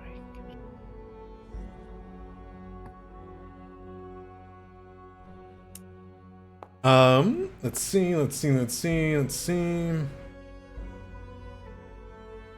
Bram, you're too focused on the dragon that's 50 feet tall, like as big as a building, that's looking over and snarling towards the people, like a restrained animal. Pravada, you're also keeping an eye over there. You've never seen a being this big. I think Bear's like howling. Bear is like barking very loudly over all of this. Lane, you're keeping an eye on. Nasha and Evelyn, you both see the Paralictor move an arm. You see him begin to twitch him. He puts a hand on his hilt. I think Vel will shoot Evelyn a look. That's like, you need to get your ward out of here. Yeah, I think at that, she'll... You're down in the galleys. There's Hellknights surrounding it. Oh, there's Hellknights surrounding Oh yeah, there's 5 of them, and there's this ancient dragon, and an Order of the Gate, and a Paralictor. I mean, I don't think it's outside of the realm of believability that your ward looks like a terrified woman that wants to get away from the big fuck you dragon. Yes. I think she would try to grab Andira's hand and say, "We need to leave now." She looks at you and says, "Father, I can't." She Vel would- gives a hard look at Andira. Vel? We need to leave. Vel, sorry?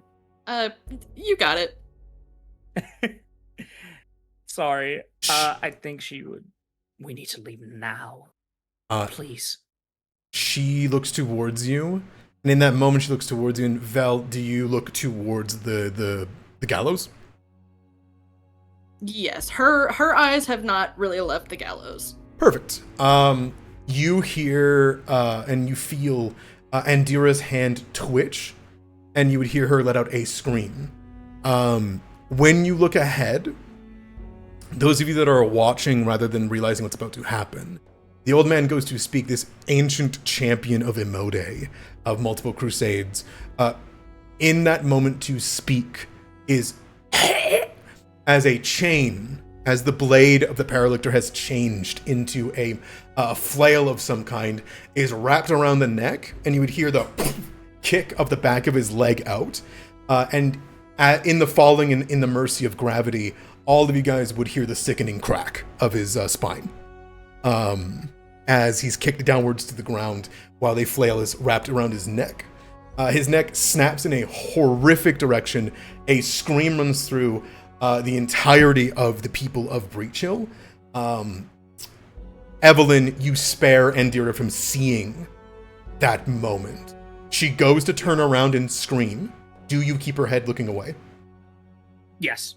And I think she'd cover her mouth as well to stop her screaming. You see a holy light begin to glow across the body of the old man. This powerful ancient champion begins to be bathed in Imode's light. His neck begins to crack back into place as his eyes begin to twitch, and you would hear a low growl and a whisper.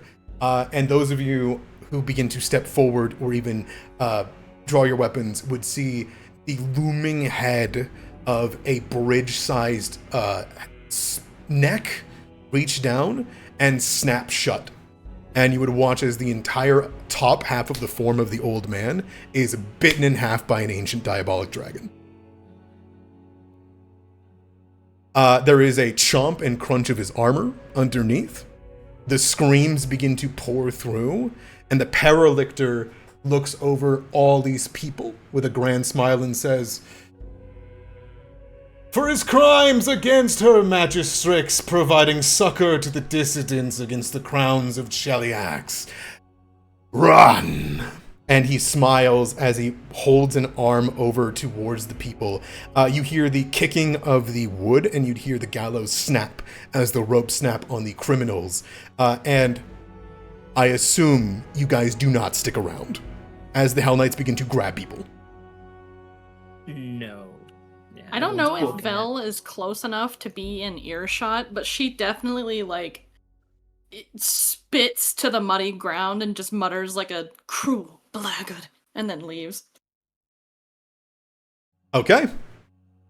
Anyone else? Bram, what are you doing in that moment as you watch this ancient general, this fighter against slavery and oppression, is in mid-denouncement, slain, and false pretenses?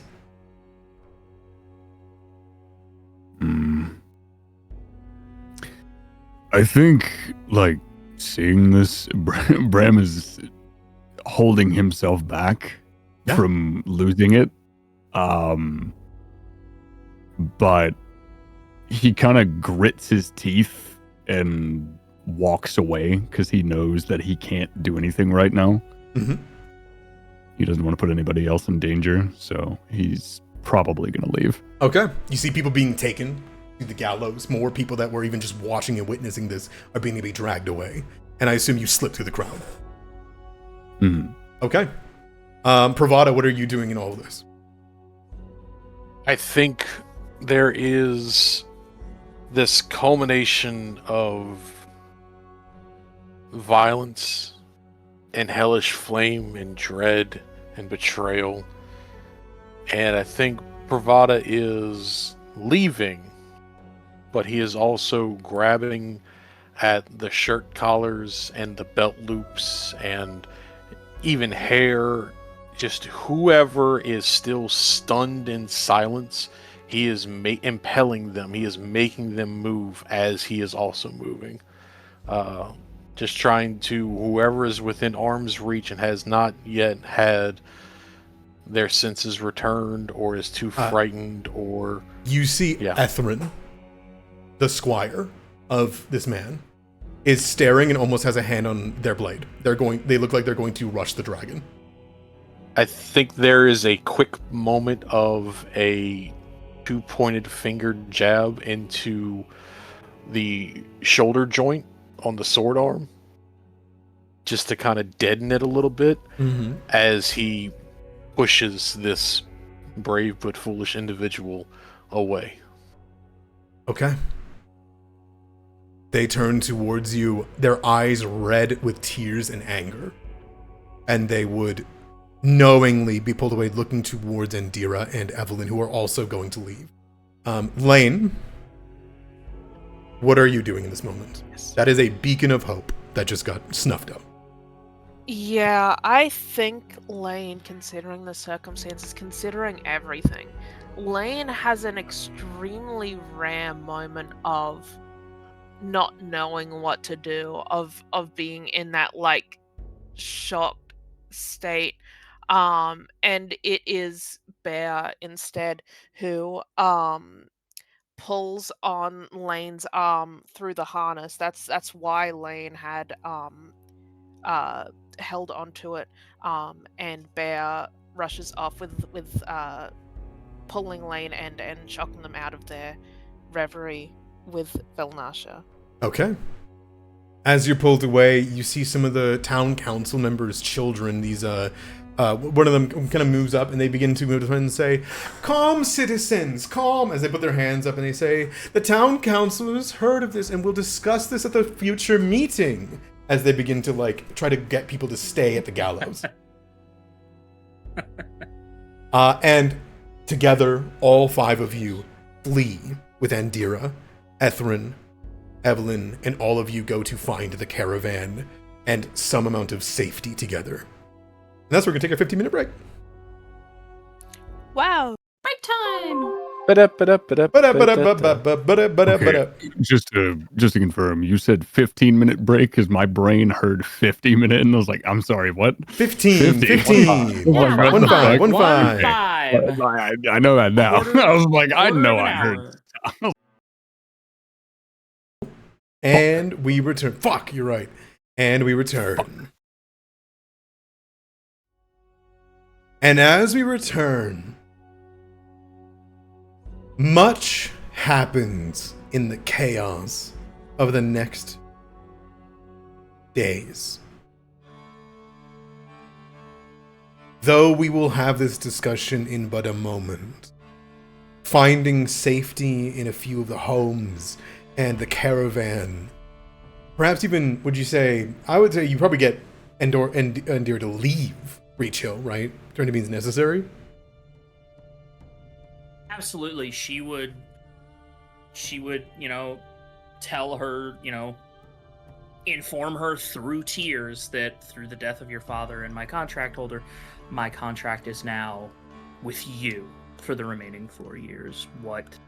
We would jump What is into a scene of which, as you attempt to leave, you are stuck. The Hellknights refuse to let Indira leave, refuse to let any of the Andoran squires and knights, other than Ethren, you, and Indira, are executed at the town hall for being dissidents as well, leaving the three of you to find refuge. By any means necessary seems almost impossible on these first few days. Bram, would you take Indira and these people to safety, as you do know a spot? Yeah. Okay. Yeah, I think Bram would. I think gathering the moment, not knowing where to go, you turn the corner after the death of the old man, and you see the squires being rounded away by Hellknights. Bram, you turn over, you point in a direction, trusting these new people that the old man trusted. Eventually you find yourself in the pickle, if you will. And there, with a bit of time and a moment to rest, in a small room, you guys look together, and Indira, through tears, listens to you say that it falls on you. Ethren is pacing back and forth, Pravada bringing them to the pickle as well. And she looks up at you and says, "What? What?" I think Evelyn herself is still in tears. I mean, that was her friend. Even though it was a contract, it was still a friend. As she says, my contract is with you now. I'm no longer your bodyguard. Your command is my act. Act me. I wanting you. She kind of rubs her hands down her face and looks over and looks out the window. She hears the screams and whatnot, and she would look back at you and just say, I want you to kill him. I want him dead. I think she nods as if that was the answer she was waiting to hear. Whatever means necessary. Join them if you have to. I don't care. Whatever they were helping with, I don't care. He's leaving the city right now and we can't find him. I want you to find him and kill him. I will. Don't die doing it, please. Don't. I plan to live to talk about it. He nods. She looks in. Lane, is that your name? She calls out to the door where nearby you're at. Yes. Ethren, you were the squire of my father. Evelyn, go with Lane. Do what they need. Understood. Evelyn would give a nod at you, Lane.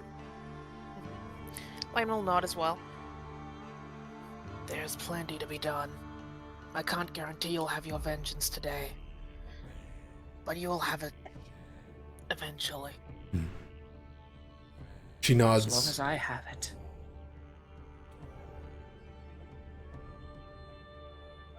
Is Vel like around the area? Oh, absolutely. I think she kind of like awkwardly hangs behind the group, sort of like behind Lane's imposing figure. I'm sorry, her name is Indira, right? Indira, yeah. Indira, yes. okay. I just wanted to make sure before I said it incorrectly. Lady Indira, if I may be so forward. She waits for permission to speak. She, through tears, says, "Let me speak." I am an abbess of Abrogail II, but I am familiar with many faiths. If you'd like, I can perform his rites here. Don't even have his body. And you hear the roar outside of the dragon, and you see it flying towards the citadel. She gives kind of a comforting smile. I don't need it. Do what you can then. She nods and sort of like sidles into the room, and on her hip is a pretty prominent gold censer, which she tucks the old tobacco that he had given her into, lights, and then I think she would recite a prayer of the name completely escapes me right now. Imode. It is God. Imode. I was gonna say it completely incorrectly. Yeah, I think she would recite a prayer of Imode. And Dira falls through it. You clearly can tell she has never experienced this kind of loss, or more likely, she has never thought that her father could die. He was beyond death to her. A champion of many wars, battles, fights, blessed by Imode with even youth in age. She listens in and weeps. Thrune comes and pays respects. You do notice the light shift in the censer.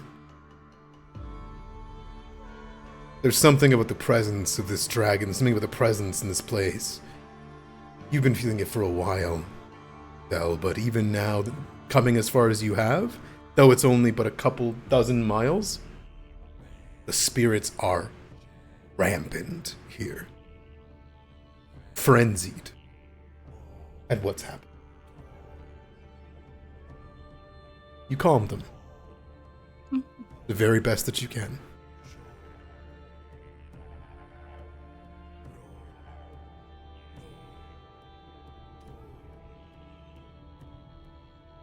I think even when the prayer is done, she would still pray sort of to herself, but also like offer a hand if Indira needs one, just a comfort. She takes the hand. She looks towards Evelyn, looks back towards you, and says,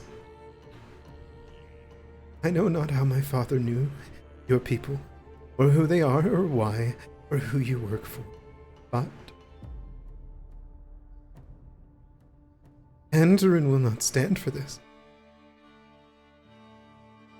I will honor my father's, whatever it was. Whatever rights you give him, whatever mercy, I take it. But I hope you will show no such mercy. Those monsters. Vil shakes her head. No such mercy for the unforgivable. That is the way. Your father is seen. She wipes a tear and nods with some amount of resolute. And you see the moment that sadness becomes anger. And a lot of people get very angry over the course of the next week.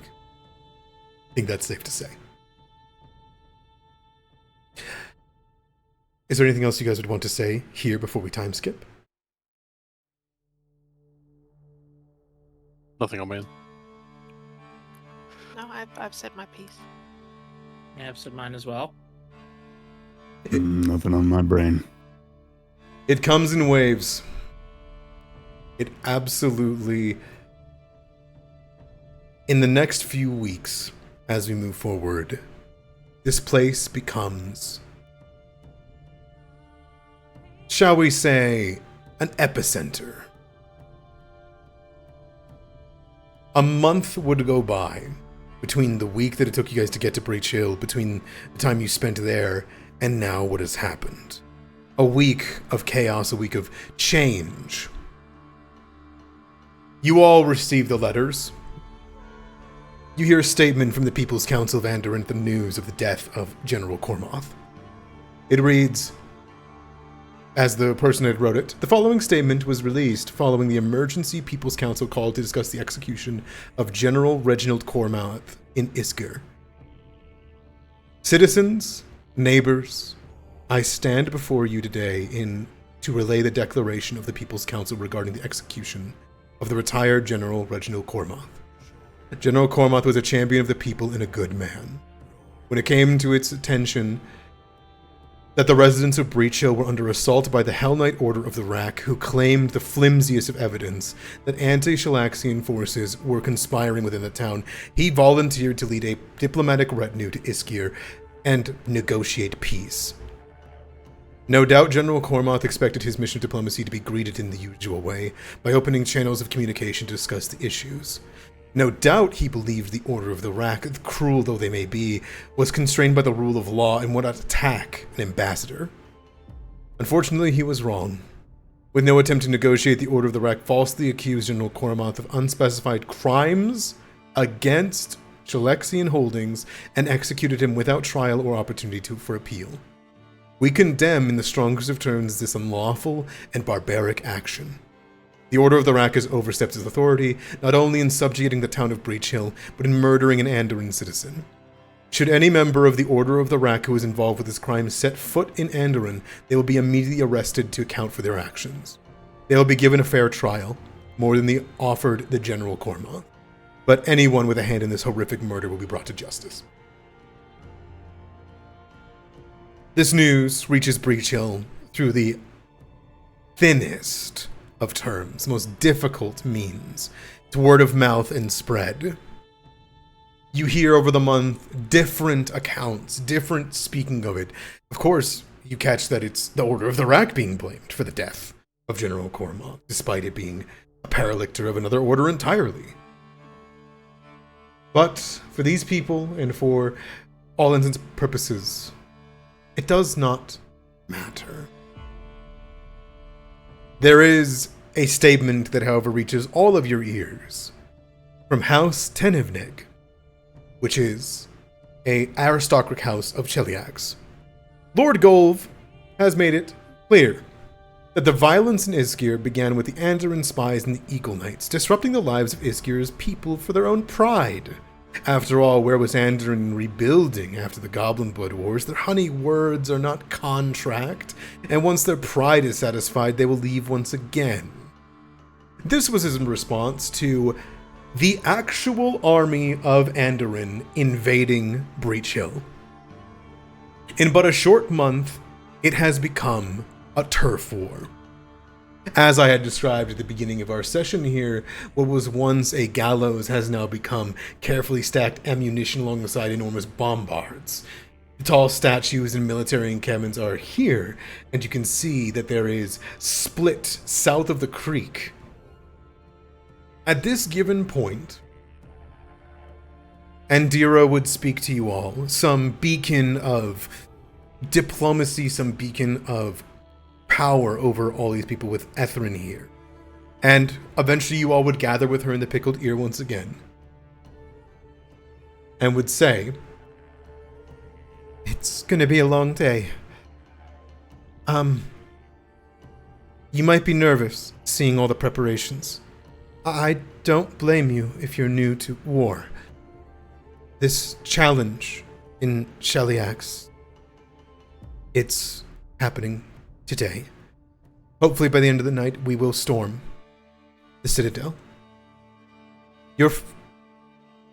She sighs.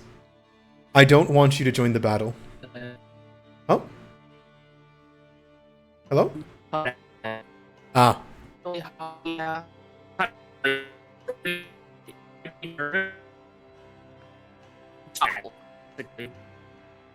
We love Discord.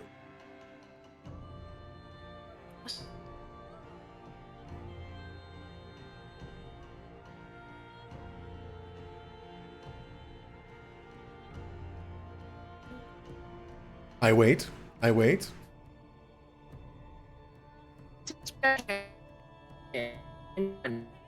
Yeah, no, it's Discord that's having a problem, not us. Pockets? Can you hear me now?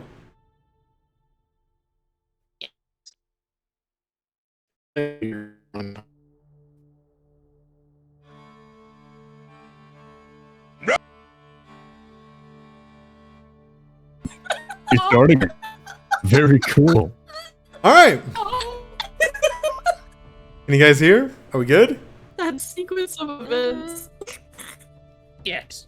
Okay. I can hear people better, but there's still a slight robot-y tinge. Yeah, you sound robot-y, Versa, but everyone else sounds fine.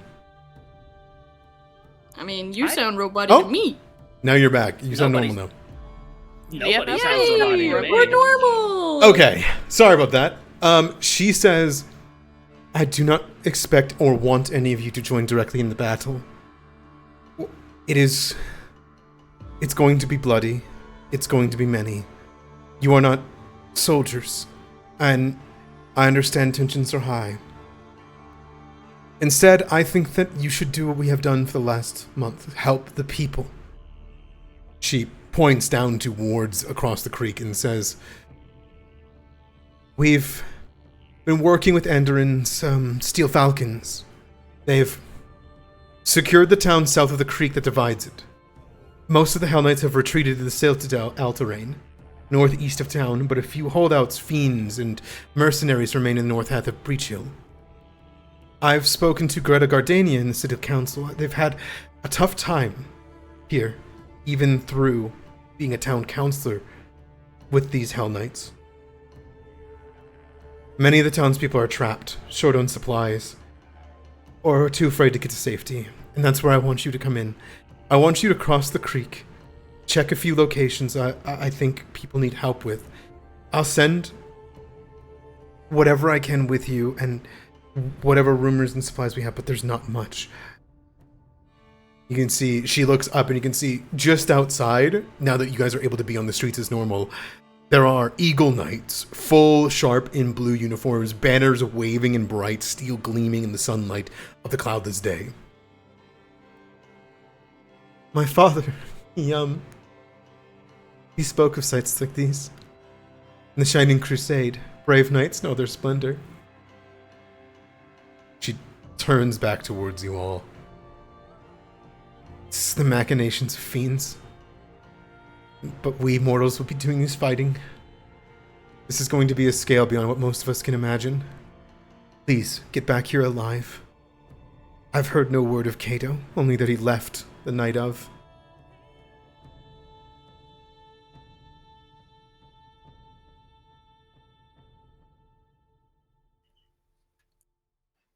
Understood. We'll find him eventually.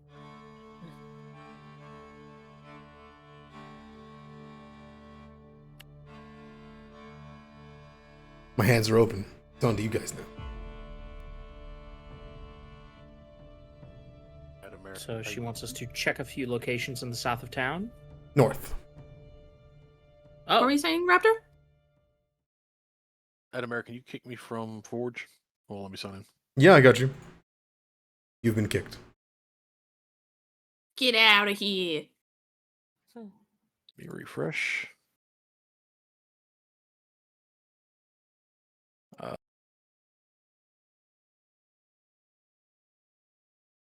Huh. Control F5, all that good stuff. Yeah. Sometimes it takes a little while for it to Register realize some- that you've been kicked. Yeah. Sorry about that. Laptop just completely shut down on me. Oh, shit. Did you hear what she was saying? Yeah, I like when Discord did the hard rejoin for all of us. I heard Juzo's yell, and then my Popped. entire screen went black. Well, that's an awful portent that you've done, Juzo. My bad. She will point out this spot here, which I'll do an X on. This spot here.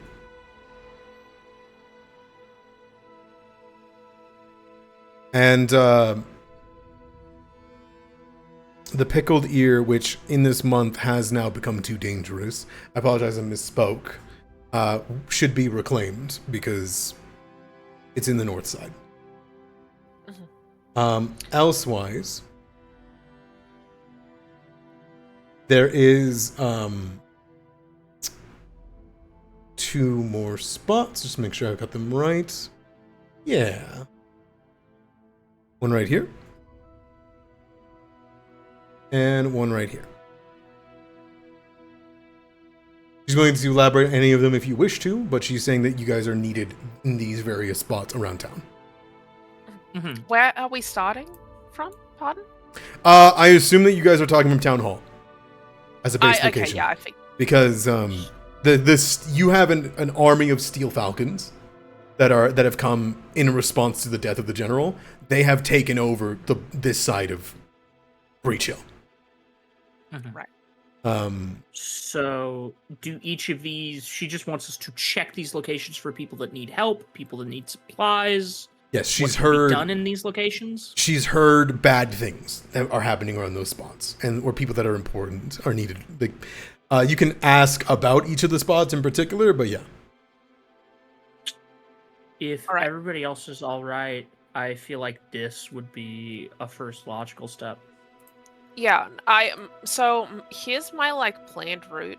So I fear that while it would be very convenient to go through this plaza right from where we are, I think that it would be a little bit too exposed. I feel like we come around from the left side here. Can I change the color? Yeah, the palette. It also lets you change the line width, which I would do. Yeah, true. I changed mine to 3, and it looks like this. I see. I feel very awkward for my sea serpent placement now. No, we need to know where the sea serpent is. That's huge. No, What is what is its name? I need to know. Gerald. Jimothy. Hell yes. Understood. No! Gerald Jimothy Chudlet III. He's not named after the stunted raccoon. I was hoping you knew what I was talking about. You claimed that you did. So Okay. you're talking about going. You're talking about going You're talking about going up and around, right? Yes. So we go there. That's number 1. Then I would say we wind our way through, go up through there, like that. It depends. Well, couldn't we also change my color? How'd you change the color? Never mind. I'm gonna make mine black. Couldn't we also, when we get to here, couldn't we also come up here and swing this way? That is true. Then we would have a shorter time going back. You're right. So Plus, it would let us get pickled ear sooner, which would give us a place of, Right. How do I clear? Can I just clear some of the ranks? So you select it and click drag like you would to select tokens, and then it'll pop up which ones you're deleting. Yeah, there you go. I see. Okay. This is also granted that this first one won't be tough as hell. Right? Yes. I mean, Or we take a have lot to of change time. our plans on the fly. So we're doing this number and then around. We're going here. I'll number them. Our plan is to go 1, 2, 3, 4, 5. That's the plan. Okay. I thought we were going from this way. No, that's what we were discussing. Is it'd be easier to go and hit 3, which is the pickled ear, because that could be used because if you remember, this is above table knowledge. If you remember, Bram suspected that somebody was smuggling people out of the town through the pickled ear. So that would be very. Let's fucking get it popping then. Okay. Sounds like you guys are wanting to head to Reliant Book Company first, which is near on the coast there, on the river. Yes, and I would ask about anything that Andira would know about that, the book company. If there's something that we should be on the lookout in particular for there. From what I understand, I'm not local, but the Reliant Book Company has been abandoned for many years. It's a bookstore with a couple of warehouses beside it, all connected. From what I understand, a local gang, they went from being bandits to being paid for by the Hellknights to become mercenaries. There's reason to believe that they're working. They call themselves the Crimson Claw, and they're operating from the book company's emptiness.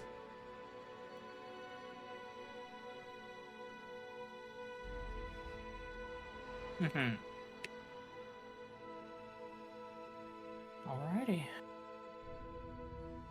I just to save time, I would be asking about them sequentially if there's anything. So I've got the Reliant Book Company. Yeah, then this one. Yes. Sure. She will say, that's Caden's keg. We haven't heard from Bryn, and we need to make sure that it's okay.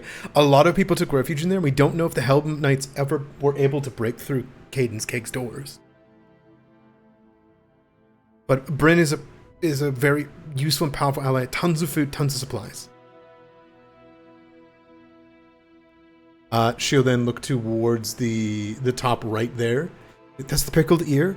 We haven't heard from Roxy, but we know that she went back across the barricades to go do something, see someone. We're not really sure exactly what, but she hasn't been seen since. So Roxy is the proprietor of the pickled ear? Yes, Roxy Den.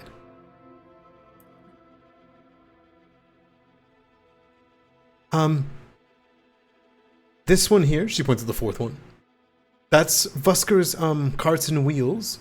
From what we understand, this one might be a little bit more. We have heard plans of arson to burn the wagons and destroy the Wainwright, so that people cannot escape, or there is less transportation. Securing that would be very important to make sure everything's okay. And then lastly that's the Great Dream House. It's a temple of Desna. There's healing and magic there, and we're hoping that there's perhaps potions and the like to help people who are sick.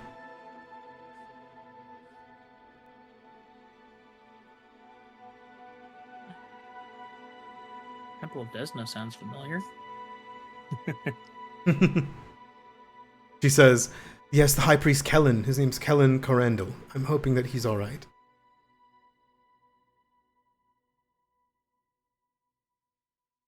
All right. The second place was Caden's Cakes? Caden's Keg. Keg. Yeah, bar.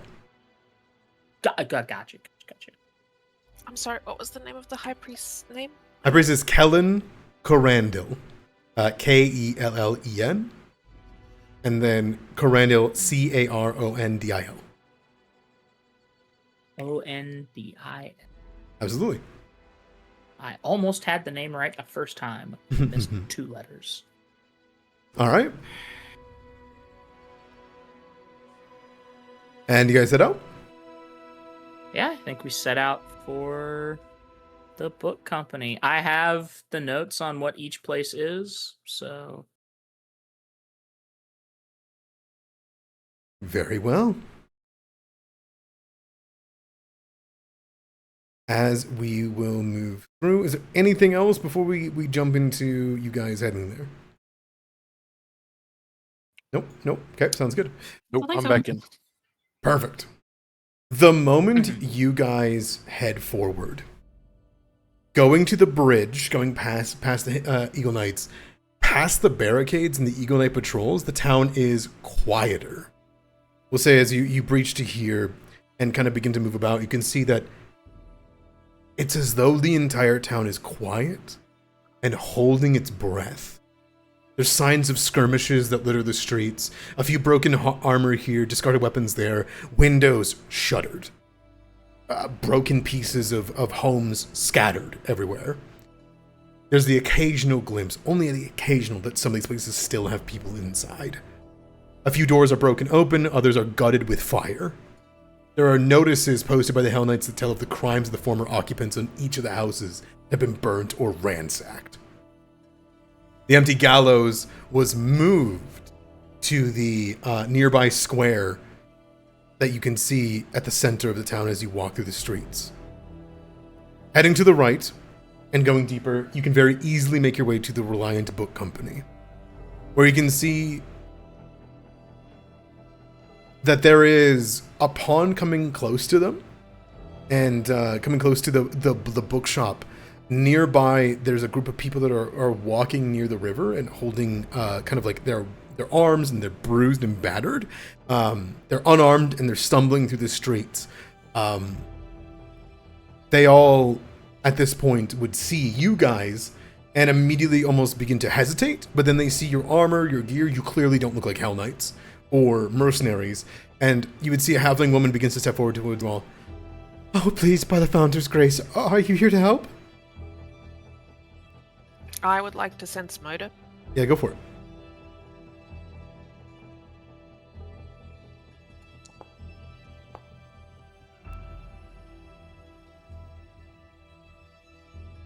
She looks desperate. You're not exactly sure for what per se, but you can see that she almost seems to have this gouge on the side of her cheek, near her lip, and you can tell of which she has been skewered by some kind of fork-like thing.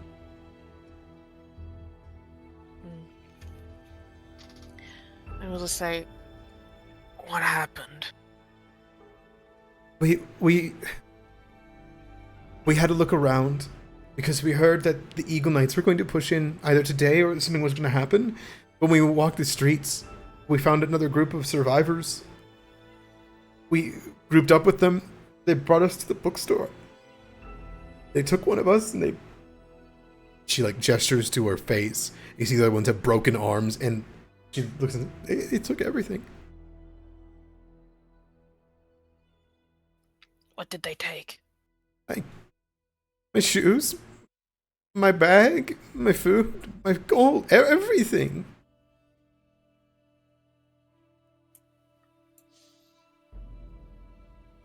You said one had a broken arm? Oh yeah. Could I treat it? Yeah, you want to move up to one of them? You can see that they're like a small halfling, and you can see they bring up their arm. Yeah. They look a little bit cautious because they just got betrayed by a group of survivors, right? But as you approach and clearly look as though you could kill them if you wanted to, they hold their arm up, and you can see that there is it is a twitch, and then they move their arm. You can see that there is a stone that has been embedded into their flesh, like a few inches deep, and broke into their arm at a high velocity. It's still lodged in their body. Lord. You'd recognize Ouch. an extremely propulsive, like, sling.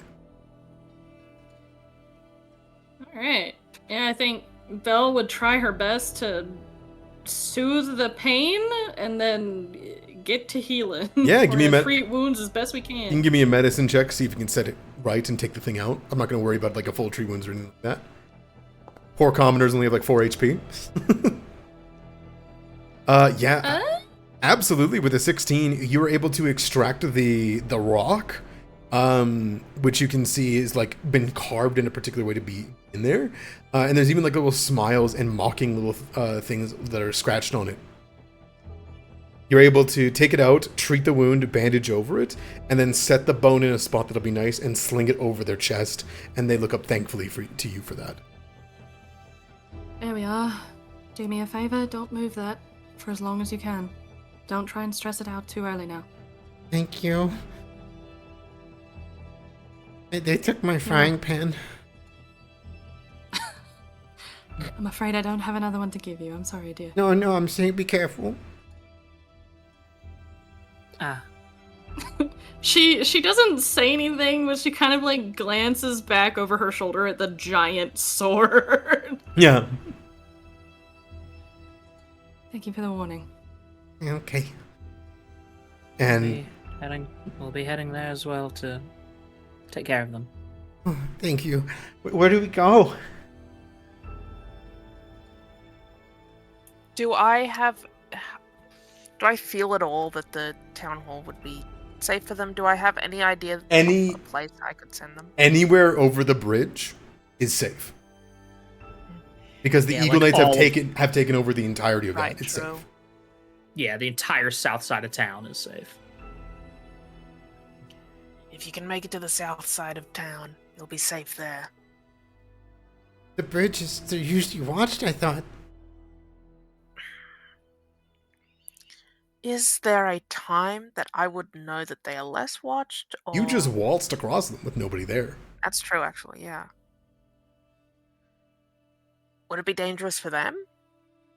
As long as the Eagle Knights don't shoot crossbows at them, yeah.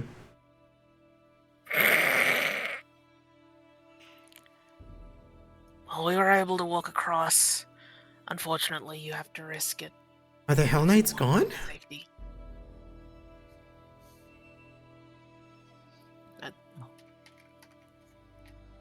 Oh, but the They're not Eagle gone. Knights are in the south of town. Okay. Thank you. If you can get him back, tell Aaron to find us at hall somewhere.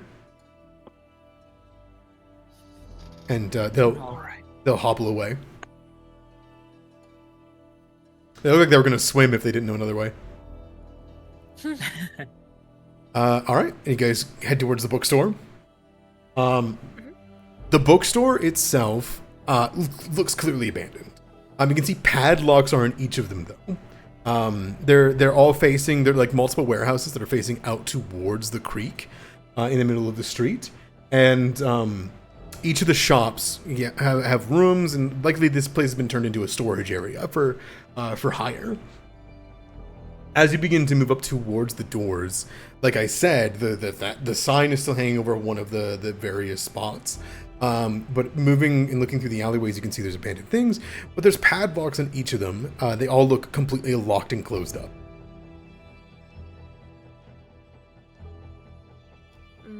Can I see through the windows? There's no front-facing windows. I can actually put you on the map if you prefer. Sure. Yeah, Yes. I would like that because I wanna know.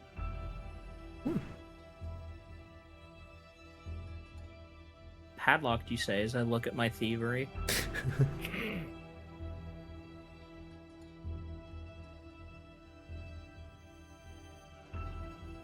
Finally, we're playing with someone who has like full thievery and thievery tools. So the bookstore carries these 3 doors here. 1, Oh, I don't have thieves' tools. 2, Fuck. 3. You can see that the alleys are filled with trash and abandoned. This whole side of Breachill has not been being taken care of for the month. It's been since the execution.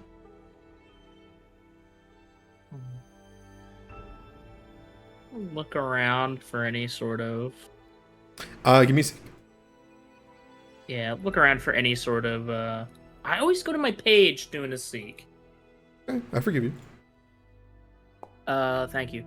If this is below a 10 on the dice, I'd reroll it. Reroll. Same. Okay. You want to reroll as well.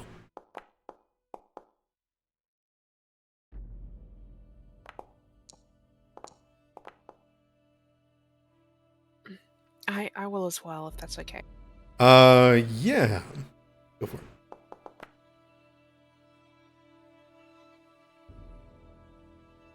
As you guys look between them, you kind of like do a cursory glance through each of the 3 spots. You go back towards this one, you see the lock. You go towards this one, you see the lock. And I think it's both Lane and Evelyn. As you go to this one, you move up towards the lock and you kind of like bring a hand to it and you touch it and you see the top of it just fall. Oh, And you realize it isn't locked, or at the very least, it's only made to look locked. It's been picked already.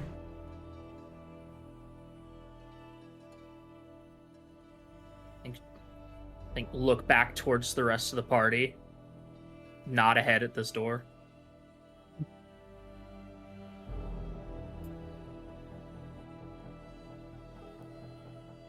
And when everybody's in position, we'd there we think go. pop the door open. On your... Yeah, I think Elaine will nod to open the door. Chilla, reach around, pop the door open. The door opens, you can see a swinging lantern on a rope about 20 or 10 feet up. You can see that there is a broken chair that looks like it has manacles that are tucked into the sides to hold somebody. You can see there's a wooden box on the ground for someone to sleep on. There's blood on it. You can see that there's a chair inside for people to go over plans and the like. And you can see that there are barrels, spider webs, cobwebs. You can see stolen goods, fineries, and silverware over here. Immediately as you guys come in and take a listen, you hear...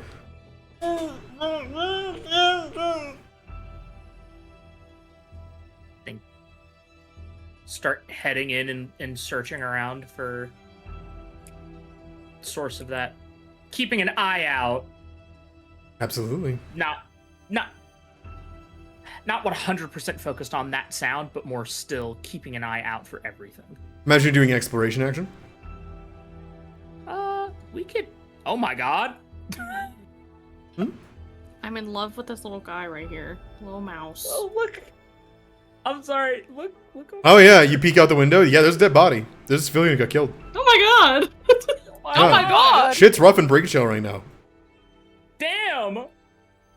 But yeah, I think coming around the corner and seeing this guy, Evelyn would motion to the rest of the party and say, "Oh." You would definitely see that they are tucked under two boxes, restrained, and they try to get out. And they've gagged, they are bound, beaten, pulped. Okay, so detect magic. Belle, you don't immediately detect magic in here. You think that these are like ruffians that have been souped up with Hell Knight pay, you know? It looks like they're stealing furniture and the like. I see Scout is being used by Lane, so Lane, you're gonna give a bonus to initiative. Does anybody else want to use any exploration actions? Yeah, let me go and look at my... Oh, I have none in my sheet. I didn't go in and add them all, Yeah, I apologize. You gotta re-add them. It's really easy to do, though. Well, time then to I'll track. do it. Sure. Yeah, just click on the browse button and then you'll see them in that same tab. Oh, okay. Browse. Bram, Ah! the most recent... God. What's wrong?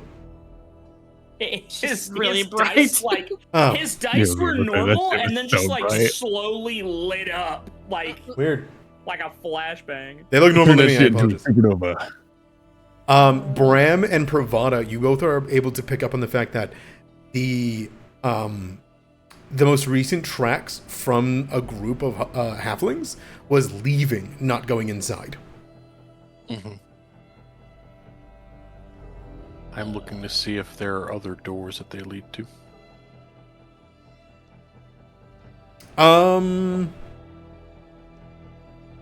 Yeah, I think you would. You can see that it is leading towards this direction. Okay. Put this one in there, and I'll be doing a void notice. That is not the right one. I could have sworn I dragged over. Okay, there we go. I'll be doing a void notice. Sounds good.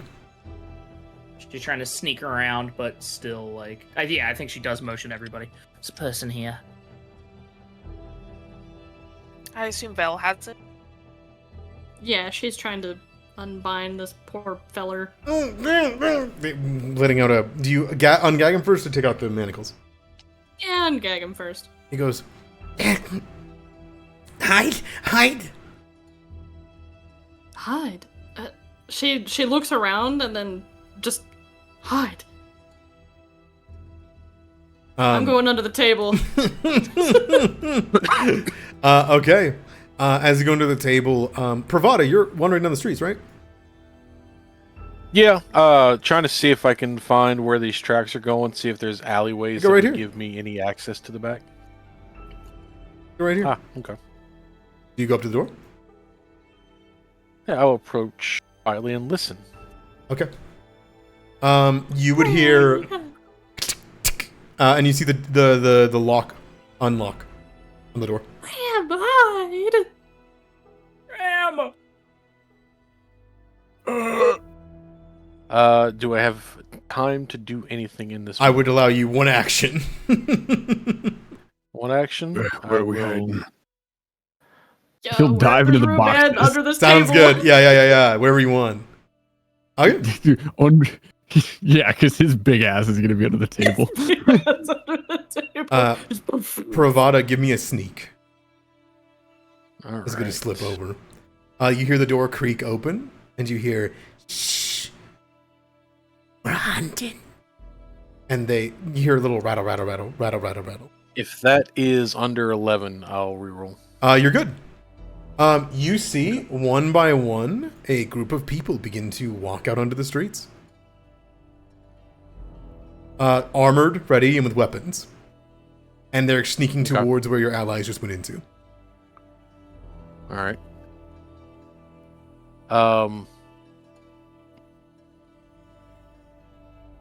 For the purposes of this, I don't know exactly that they are hiding, just that they are in there.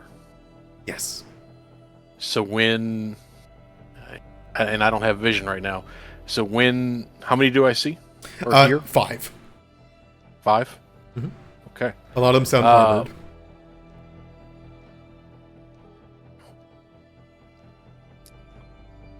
So when they get to, I imagine they're going to like stack up on the doorway here. Yeah, they keep to me talking about when they're about to enter. All right. I mean, reasonably, I think we would roll initiative at this point because I'm going to do something hostile. Sure. You want to roll initiative right here? For me. I can't see exactly where they are, but if they are prepared here, yeah, I think I would have a specific thing that I would want to do. Sure. Works for me.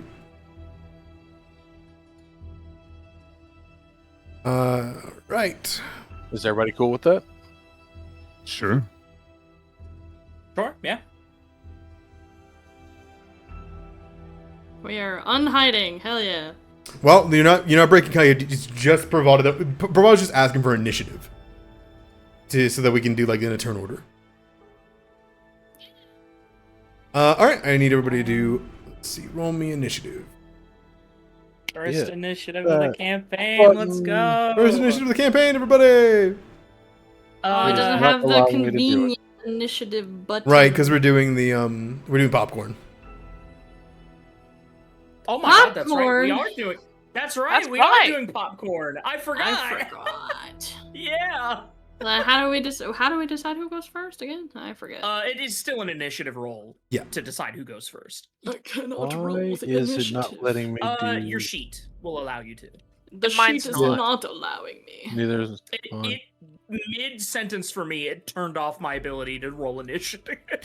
So what you can do is just roll perception if you're using perception, or roll a normal check of whatever kind you want to roll as normal. The path. My perception above that is less than the initiative roll. Let me see. Because you need to add the +1 Scout initiative modifier. Yeah. So scout. I'm fine with us just rolling, and I'll do the +1 as normal because the only initiative that matters is the first person, like the highest roll. Oh. I was gonna say it's giving me a +1 on perception. I added the bonus manually. It's giving me a +1 to everything for initiative, even if I use stealth. So. Well, okay, that's fine, but don't just roll a normal one, and I'll just assume there's a +1 too. Okay. Don't worry about it. My bad. I'm gonna roll stealth for mine. Damn, they rolled bad. Fuck. What do I roll? I would roll stealth if that was maybe what applies here, but Yeah. Oh, beans. stealth I or don't something. roll Stealth or perception. I Either can't. see them first or are you hiding? Oh. Set as my initiative. Although that should be 21. Bug. Where the fuck? Perception's on your main part of your sheet on the left side of your AC.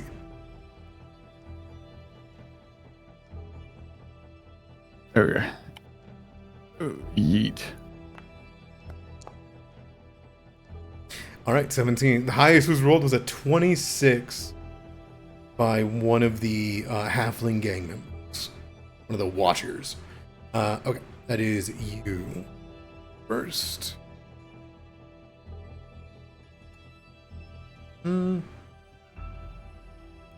Perfect.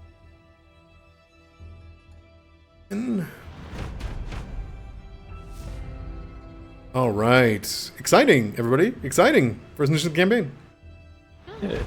All right. This guy is going to go. This guy is going to move up and reach in, looking around. You hear as somebody rushes in, you hear ping, ping, ping.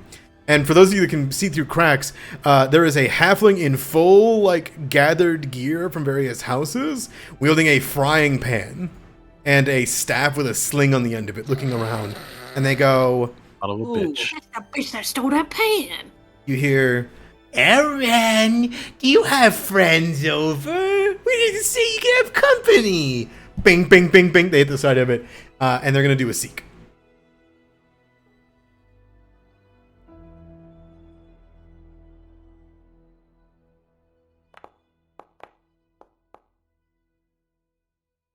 What the? You hear, waiting, Kaylin's carriage? And they like kind of kneel down as they move up. And they go, an animal? So they look underneath and see Bram's like cloth and whatnot and go, hey, who the fuck are you? And they're going to pass to Bram. Oh, lovely. Well, if that's gonna be the fucking case, where is this motherfucker who said this? You can't Right see here. them? Oh, right there. Hmm. Okay. You should. Can you well- not see him? Can you not see them? No, I Oh. can see them. I just wasn't sure if that was who it was. Yeah. Well, if it's gonna be that, then fucking just for the sake of it, Bram's gonna flip the table in rage. Oh, okay, sounds good. You do get rage for free at the start of initiative. Always. Yep. So you are in free rage. You flip the table upwards and you hear, oh shit! As they go, we're hired mercenaries! We work with the Hellknights! Don't do this! They're hired mercenaries working with the Hellknights. Yeah, that's the way they said it, though that'll stop you. Yeah, I was about to say, Bram is gonna bum rush directly towards this little fucker. Perfect. With let's see. Okay. Let me. That is definitely within the amount of spaces I can go to. So he'll move this way. So I imagine you do a sudden charge. Yeah, he'll sudden charge. And All right. So that is. he'll bite down. All on this right, little ball. Arano, pipe down. Two campaigns, baby. One of us. One of us. Okay, so it's going to be, you can go ahead and hit T and target them. And Got then you. you can make an attack at the end of the movement. Got you. So after hearing this, this little bastard say it was a mercenary for the Hellknights, since he's kind of already transformed, his jaw splits, and he starts gaining these fucked up looking scales on his face. He'll grab this little bastard and look him in the face and say, all the more better to eat you alive. And he'll just bite down. Clapping. I'm clapping. I'm clapping.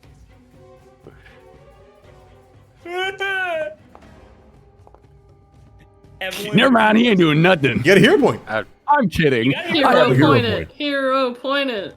Evelyn, who was next to you, was just like, "What the fuck?" That's a hit.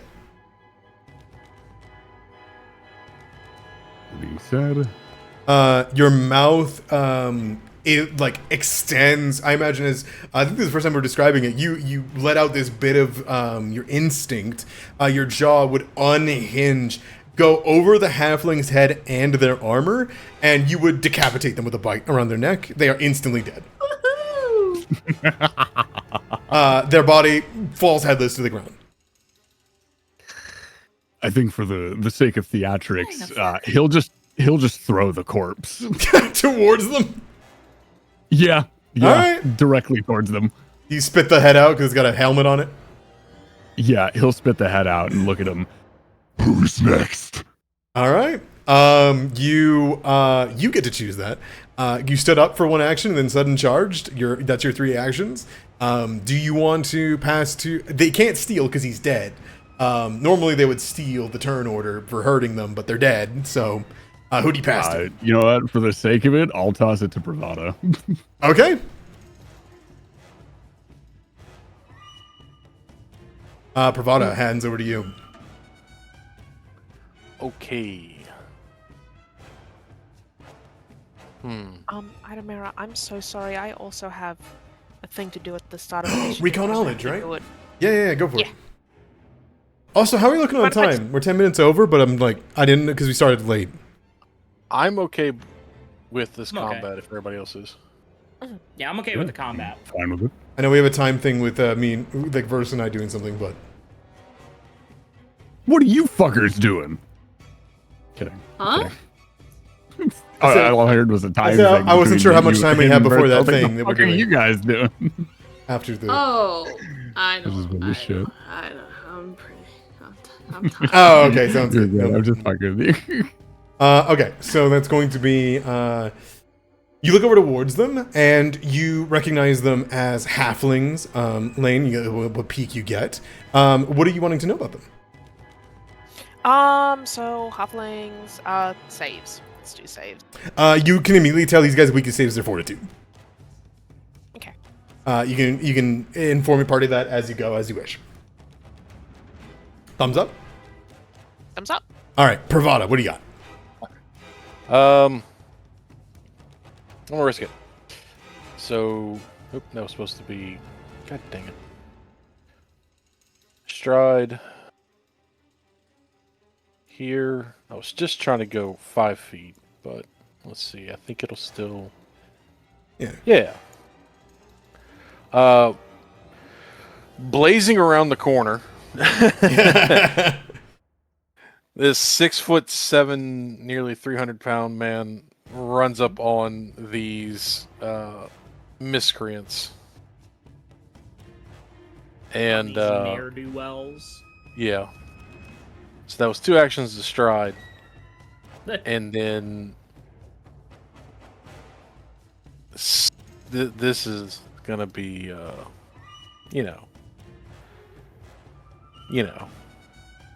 The flurry of blows. Oh my Yeah. god. Punch. My foundry So- just freaked out. One sec. We're good. Go ahead. Yeah, mine like snapped into a close-up of Evelyn for some reason. God damn. Oh. Well, God bless. Well, they're stunned and they're also dead. yeah. Go ahead and describe how you want to kill this guy.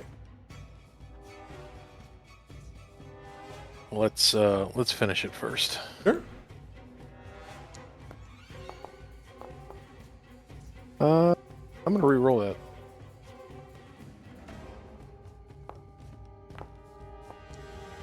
Well, okay. Okay.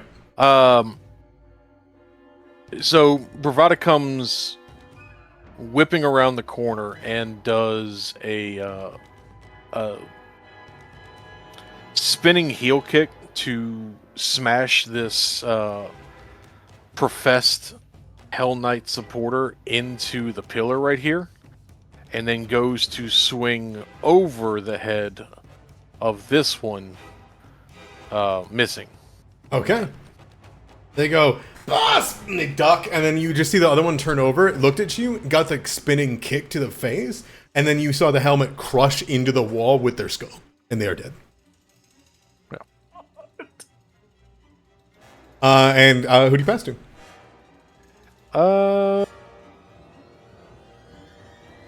Anybody have any quick things they would like to do? I'm just gonna work on freeing this little fella. All right, well, let's start you with then. Hiya, Velnasha. Hell yeah. Alright.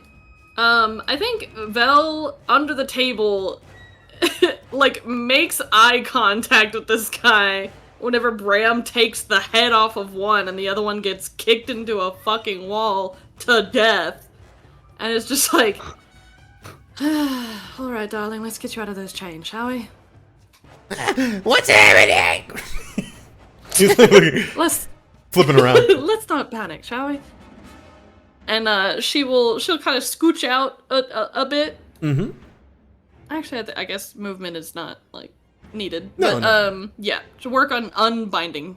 I'll say with an action, you can unbind him very easily. Just kind of go through and work it out. You got 2 actions left. All right, cool. Let's see.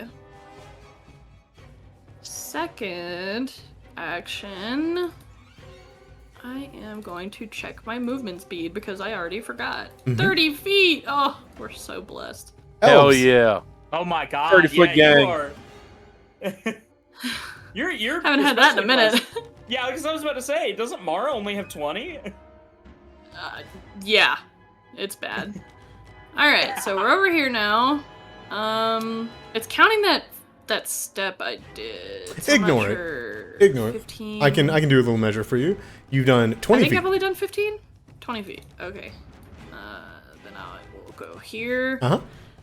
Look at Bram. Look at the corpse. Look at Bram. Was all that really necessary?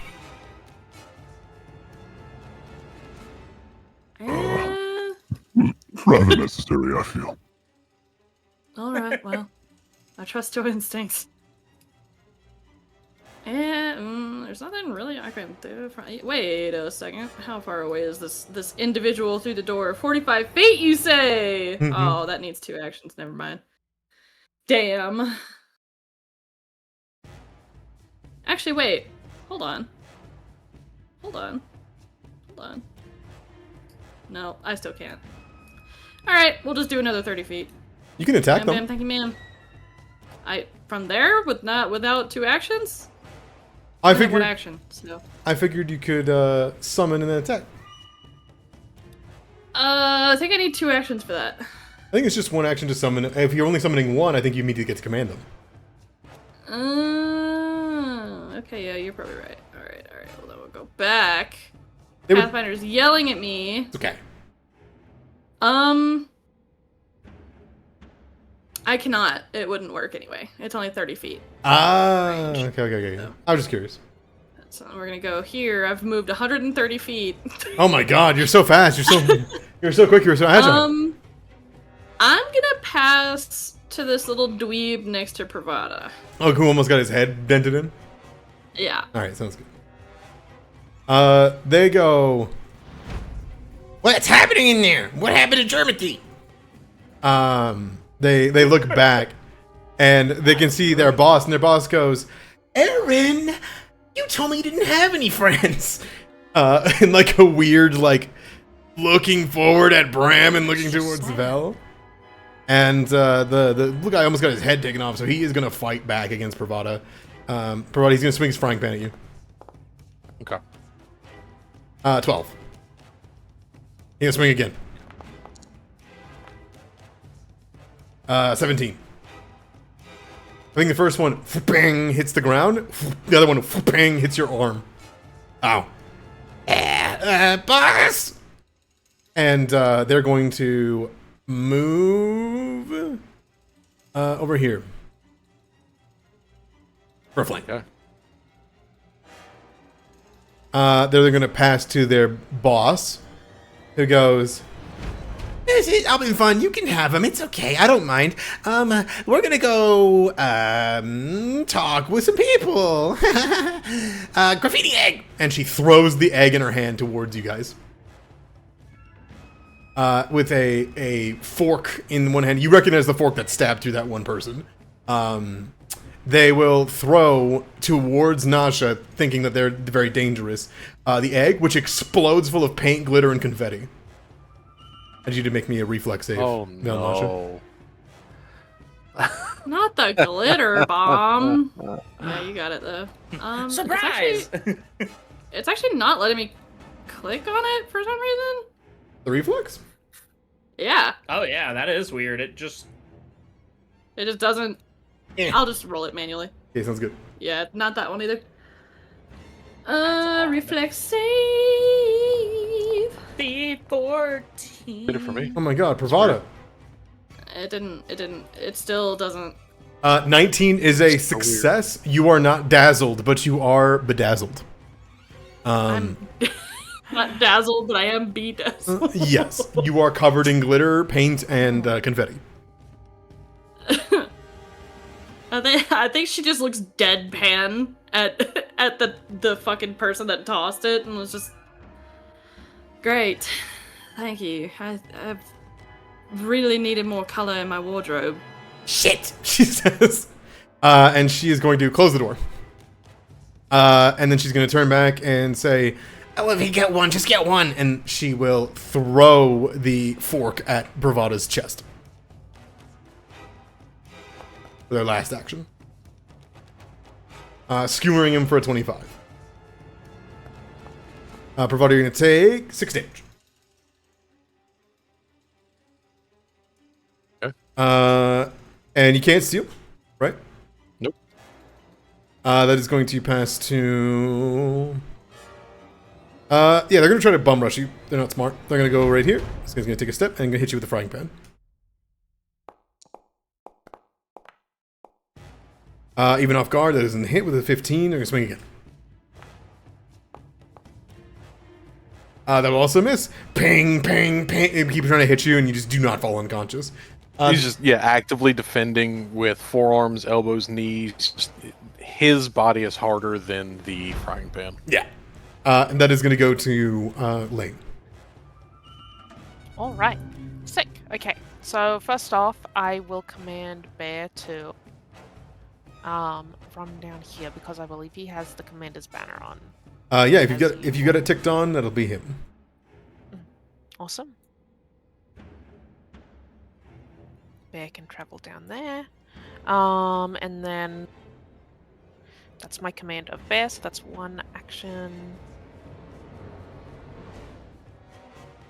I can go down here. Mm-hmm. Still, I fear I may have to just beeline it down, actually, because they have closed the door on me, which is rude. Yeah, unfortunately, I think I do have to just Move. Yeah, it's okay. Yeah. The fact that the fight's taking place like 80 feet away is fucking with you. Yeah, I was really hoping they would follow us in here, but that's alright. Evelyn, that goes to you. Yeah, well, first off, I'm gonna do something really funny. I'm gonna interact to draw my rapier. And then I'm gonna have to move. Why is there a strange ghost that appears over Brum whenever I highlight myself? Odd. That was one action, and then I have 2 actions worth of movement. I don't think it'd be worth it to do anything for Panache. I think as she runs out, she'll point at this guy here and just kind of remain here. And that's 25, and that would be 55. Thug. Yeah. That'd be 50. Mm-hmm. And yeah, that was my turn. Draw, move, and yell at the guy to stay there. Sorry that Bravada's greedily taking up the combat. What do you want to pass to? Who's left? It's new round. So anybody. I want to pass it to Velnasha. All right. To me? Yes. Hell yeah. All right. Oh, this I poor think- little guy. Because I think you can get that door open for the rest of us. Yeah. Steppy. Me open door. You open Hello door. there. Nice paint. It didn't mean any harm. See? Uh-huh. Anyway, We're working with authority. that's all right. Oh my god, you almost fucking nat 20'd his ass. You swing down at her. For 12 damage. Now, if it was any of the other halflings, they'd be dead. Oh. But this leader of them is struck and is immediately almost half health. As you slash across the front of their body and they go, "Ow! my friend. They're armature. Oh, I'm sure. Everybody's got an armature friend. And And I think at this point, like, the blade probably hurt less because it's still wrapped. absolutely. That is going to go to them. They're going to steal. Okay. They do not have their filters fork because it's in Pravada's side. So they are going to walk away. Oh, I'm stupid. They're going to grab it. I forgot about thrall teamwork. Fuck. That's okay. 1, 2. That's fine. It's a new class. We're learning it. They're gonna step. They're gonna move over here, and then they're gonna use their second action to grab the fork, and then they're gonna throw it at Nasha. Well, that's just fucked up and evil. For 26. Oh my Highly god. inefficient way of attacking with that weapon. 4 damage. As it skewers into your shoulder. Ow. And that is their turn. They're gonna pass to these guys. They want to take out Bravado. This guy's gonna frying pan. Miss frying pan. Bonk. Finally, a Bonk. frying pan hits.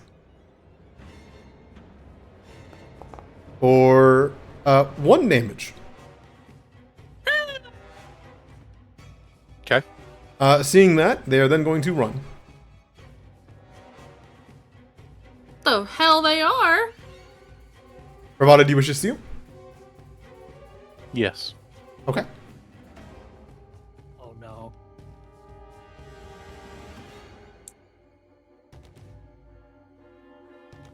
Hmm. Hmm.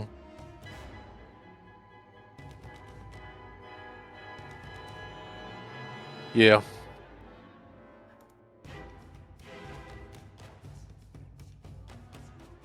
All right, give me that flurry of blows. I feel like you're about to cave her skull in. Oh. Yeah. Yeah. Yeah. Cave her skull in. Yep. Smooth off. Yeah. Blew her shit. Smooth off. 14 damage. She is still up, but she is stunned.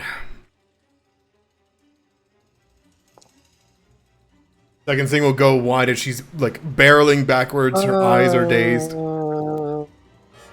No, I'm gonna do that. We're towards the end of this session. God damn it. Okay. All right.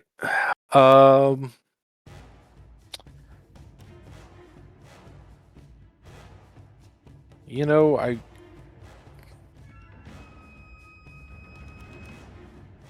and then this one I'm just going to loom over.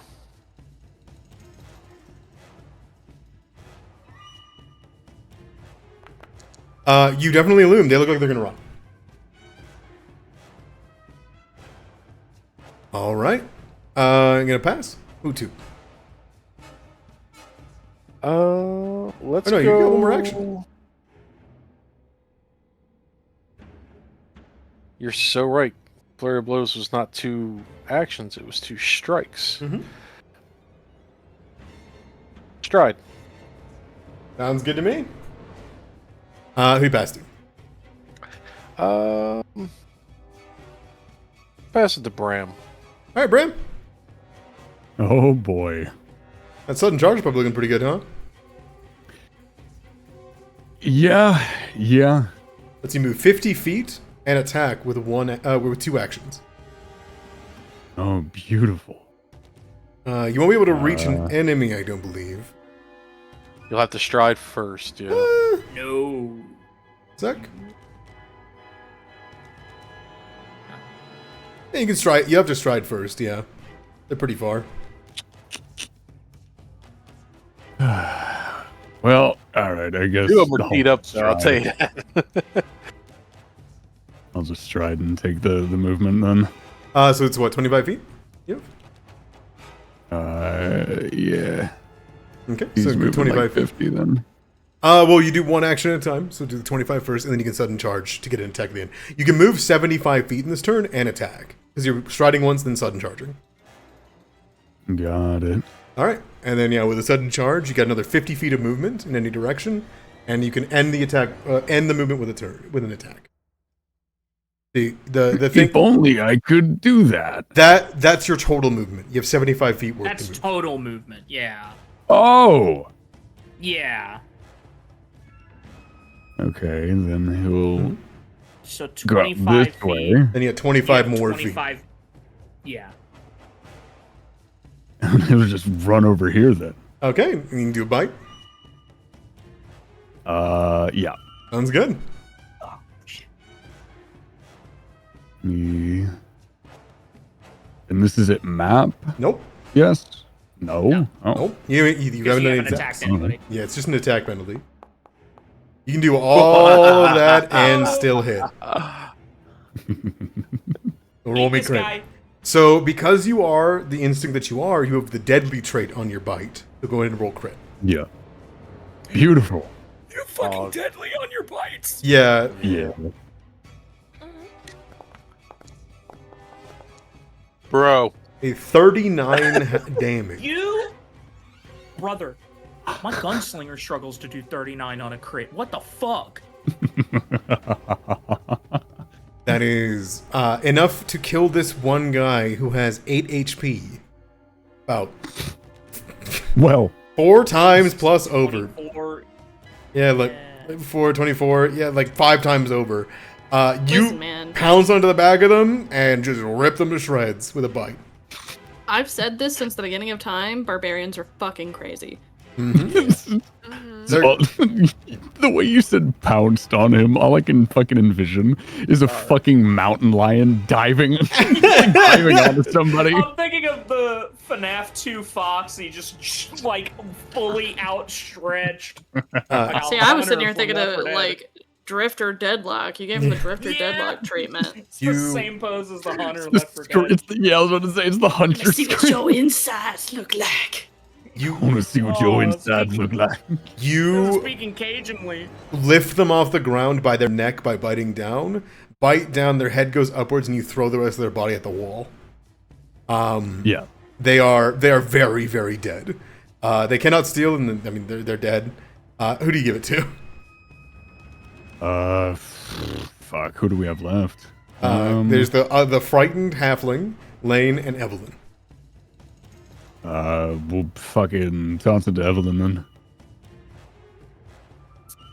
Pretty far back over there. Yeah, gonna go 25. Okay. Going to see that one guy's had his skull crushed. This guy has been eviscerated. This one's puddling. Yeah, that one's Mr. P Pants.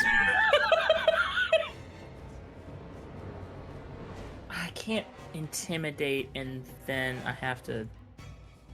But I think she's gonna get to here. Wow, wow. I think she wants to finish the boss. Go for it. You want to So tumble it's a through? shame there's. Because if you stop your movement here, right? Yeah. You can make a tumble through at her, and you'll get panache. Ooh, that's true. I had extra movement. Yeah, You so- know what? So the Then I would have only done that. the only negative of doing a tumble through to get panache is if you critically fail it, you get stopped where you're at, like where you attempted to start the tumble through. That's fine. Then I will. Yeah. Where is? That's the my base friend's action. on? Sorry, learning new class. It's okay. You can just target her, tumble through, and then you move up towards her. Very nice. So you get the full movement. Damn. You can go through her in any direction if you want to, but I don't imagine you even want to.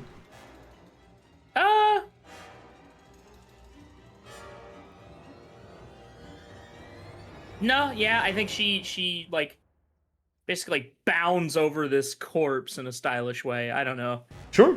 And then she is going to confident finisher. Just to ensure Yeah. just to ensure the job is definitely All right, so that's a crit. definitely done. Why are you hidden? So, The hell? huh?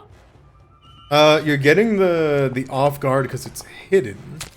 Weird. That's fine. I started in stealth. I don't think it mattered. No. Yeah, I think she just bounds over and just like leaping strike rapier to the throat. 32 damage. She's skewered, and you watch as she looks up towards you in surprise. She goes to say something to defend herself in her actions, and she's dead by the time she can get any words out. And she falls to the ground. Yeah, just flicks the rapier upwards into the air and then points it at the frightened one. That's your actions. You gonna give it to Lane, or you gonna give it to the last guy?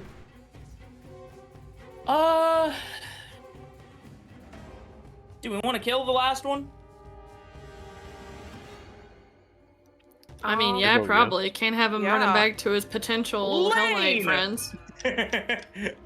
Lane, it's on you. Kill Alright. that fool. I mean, I'm not gonna be. I'm going to command Bear to run out. Okay. Bring in the commander standard. And do I? Okay, actually, how does this work? Giving commands from a distance. Actually, I'm now realizing. It would be with his own senses. You basically would have said stride, or something like that, right? So, Oh no, as in giving commands to other like. as long as they're in your standard, because Bear is there, everybody is within your standard. Okay, and it doesn't matter if I'm like far away from them. They can still get it. Somebody's one sec. Pause. I think it would depend on like the order, because some of them have like pick a person you can see, other ones have you don't have to see them. It depends. What order are you trying to give? I was going to give no. At first, actually, I was going to give technical takedown, but I could just give oh, the other one, strike hard. Yeah.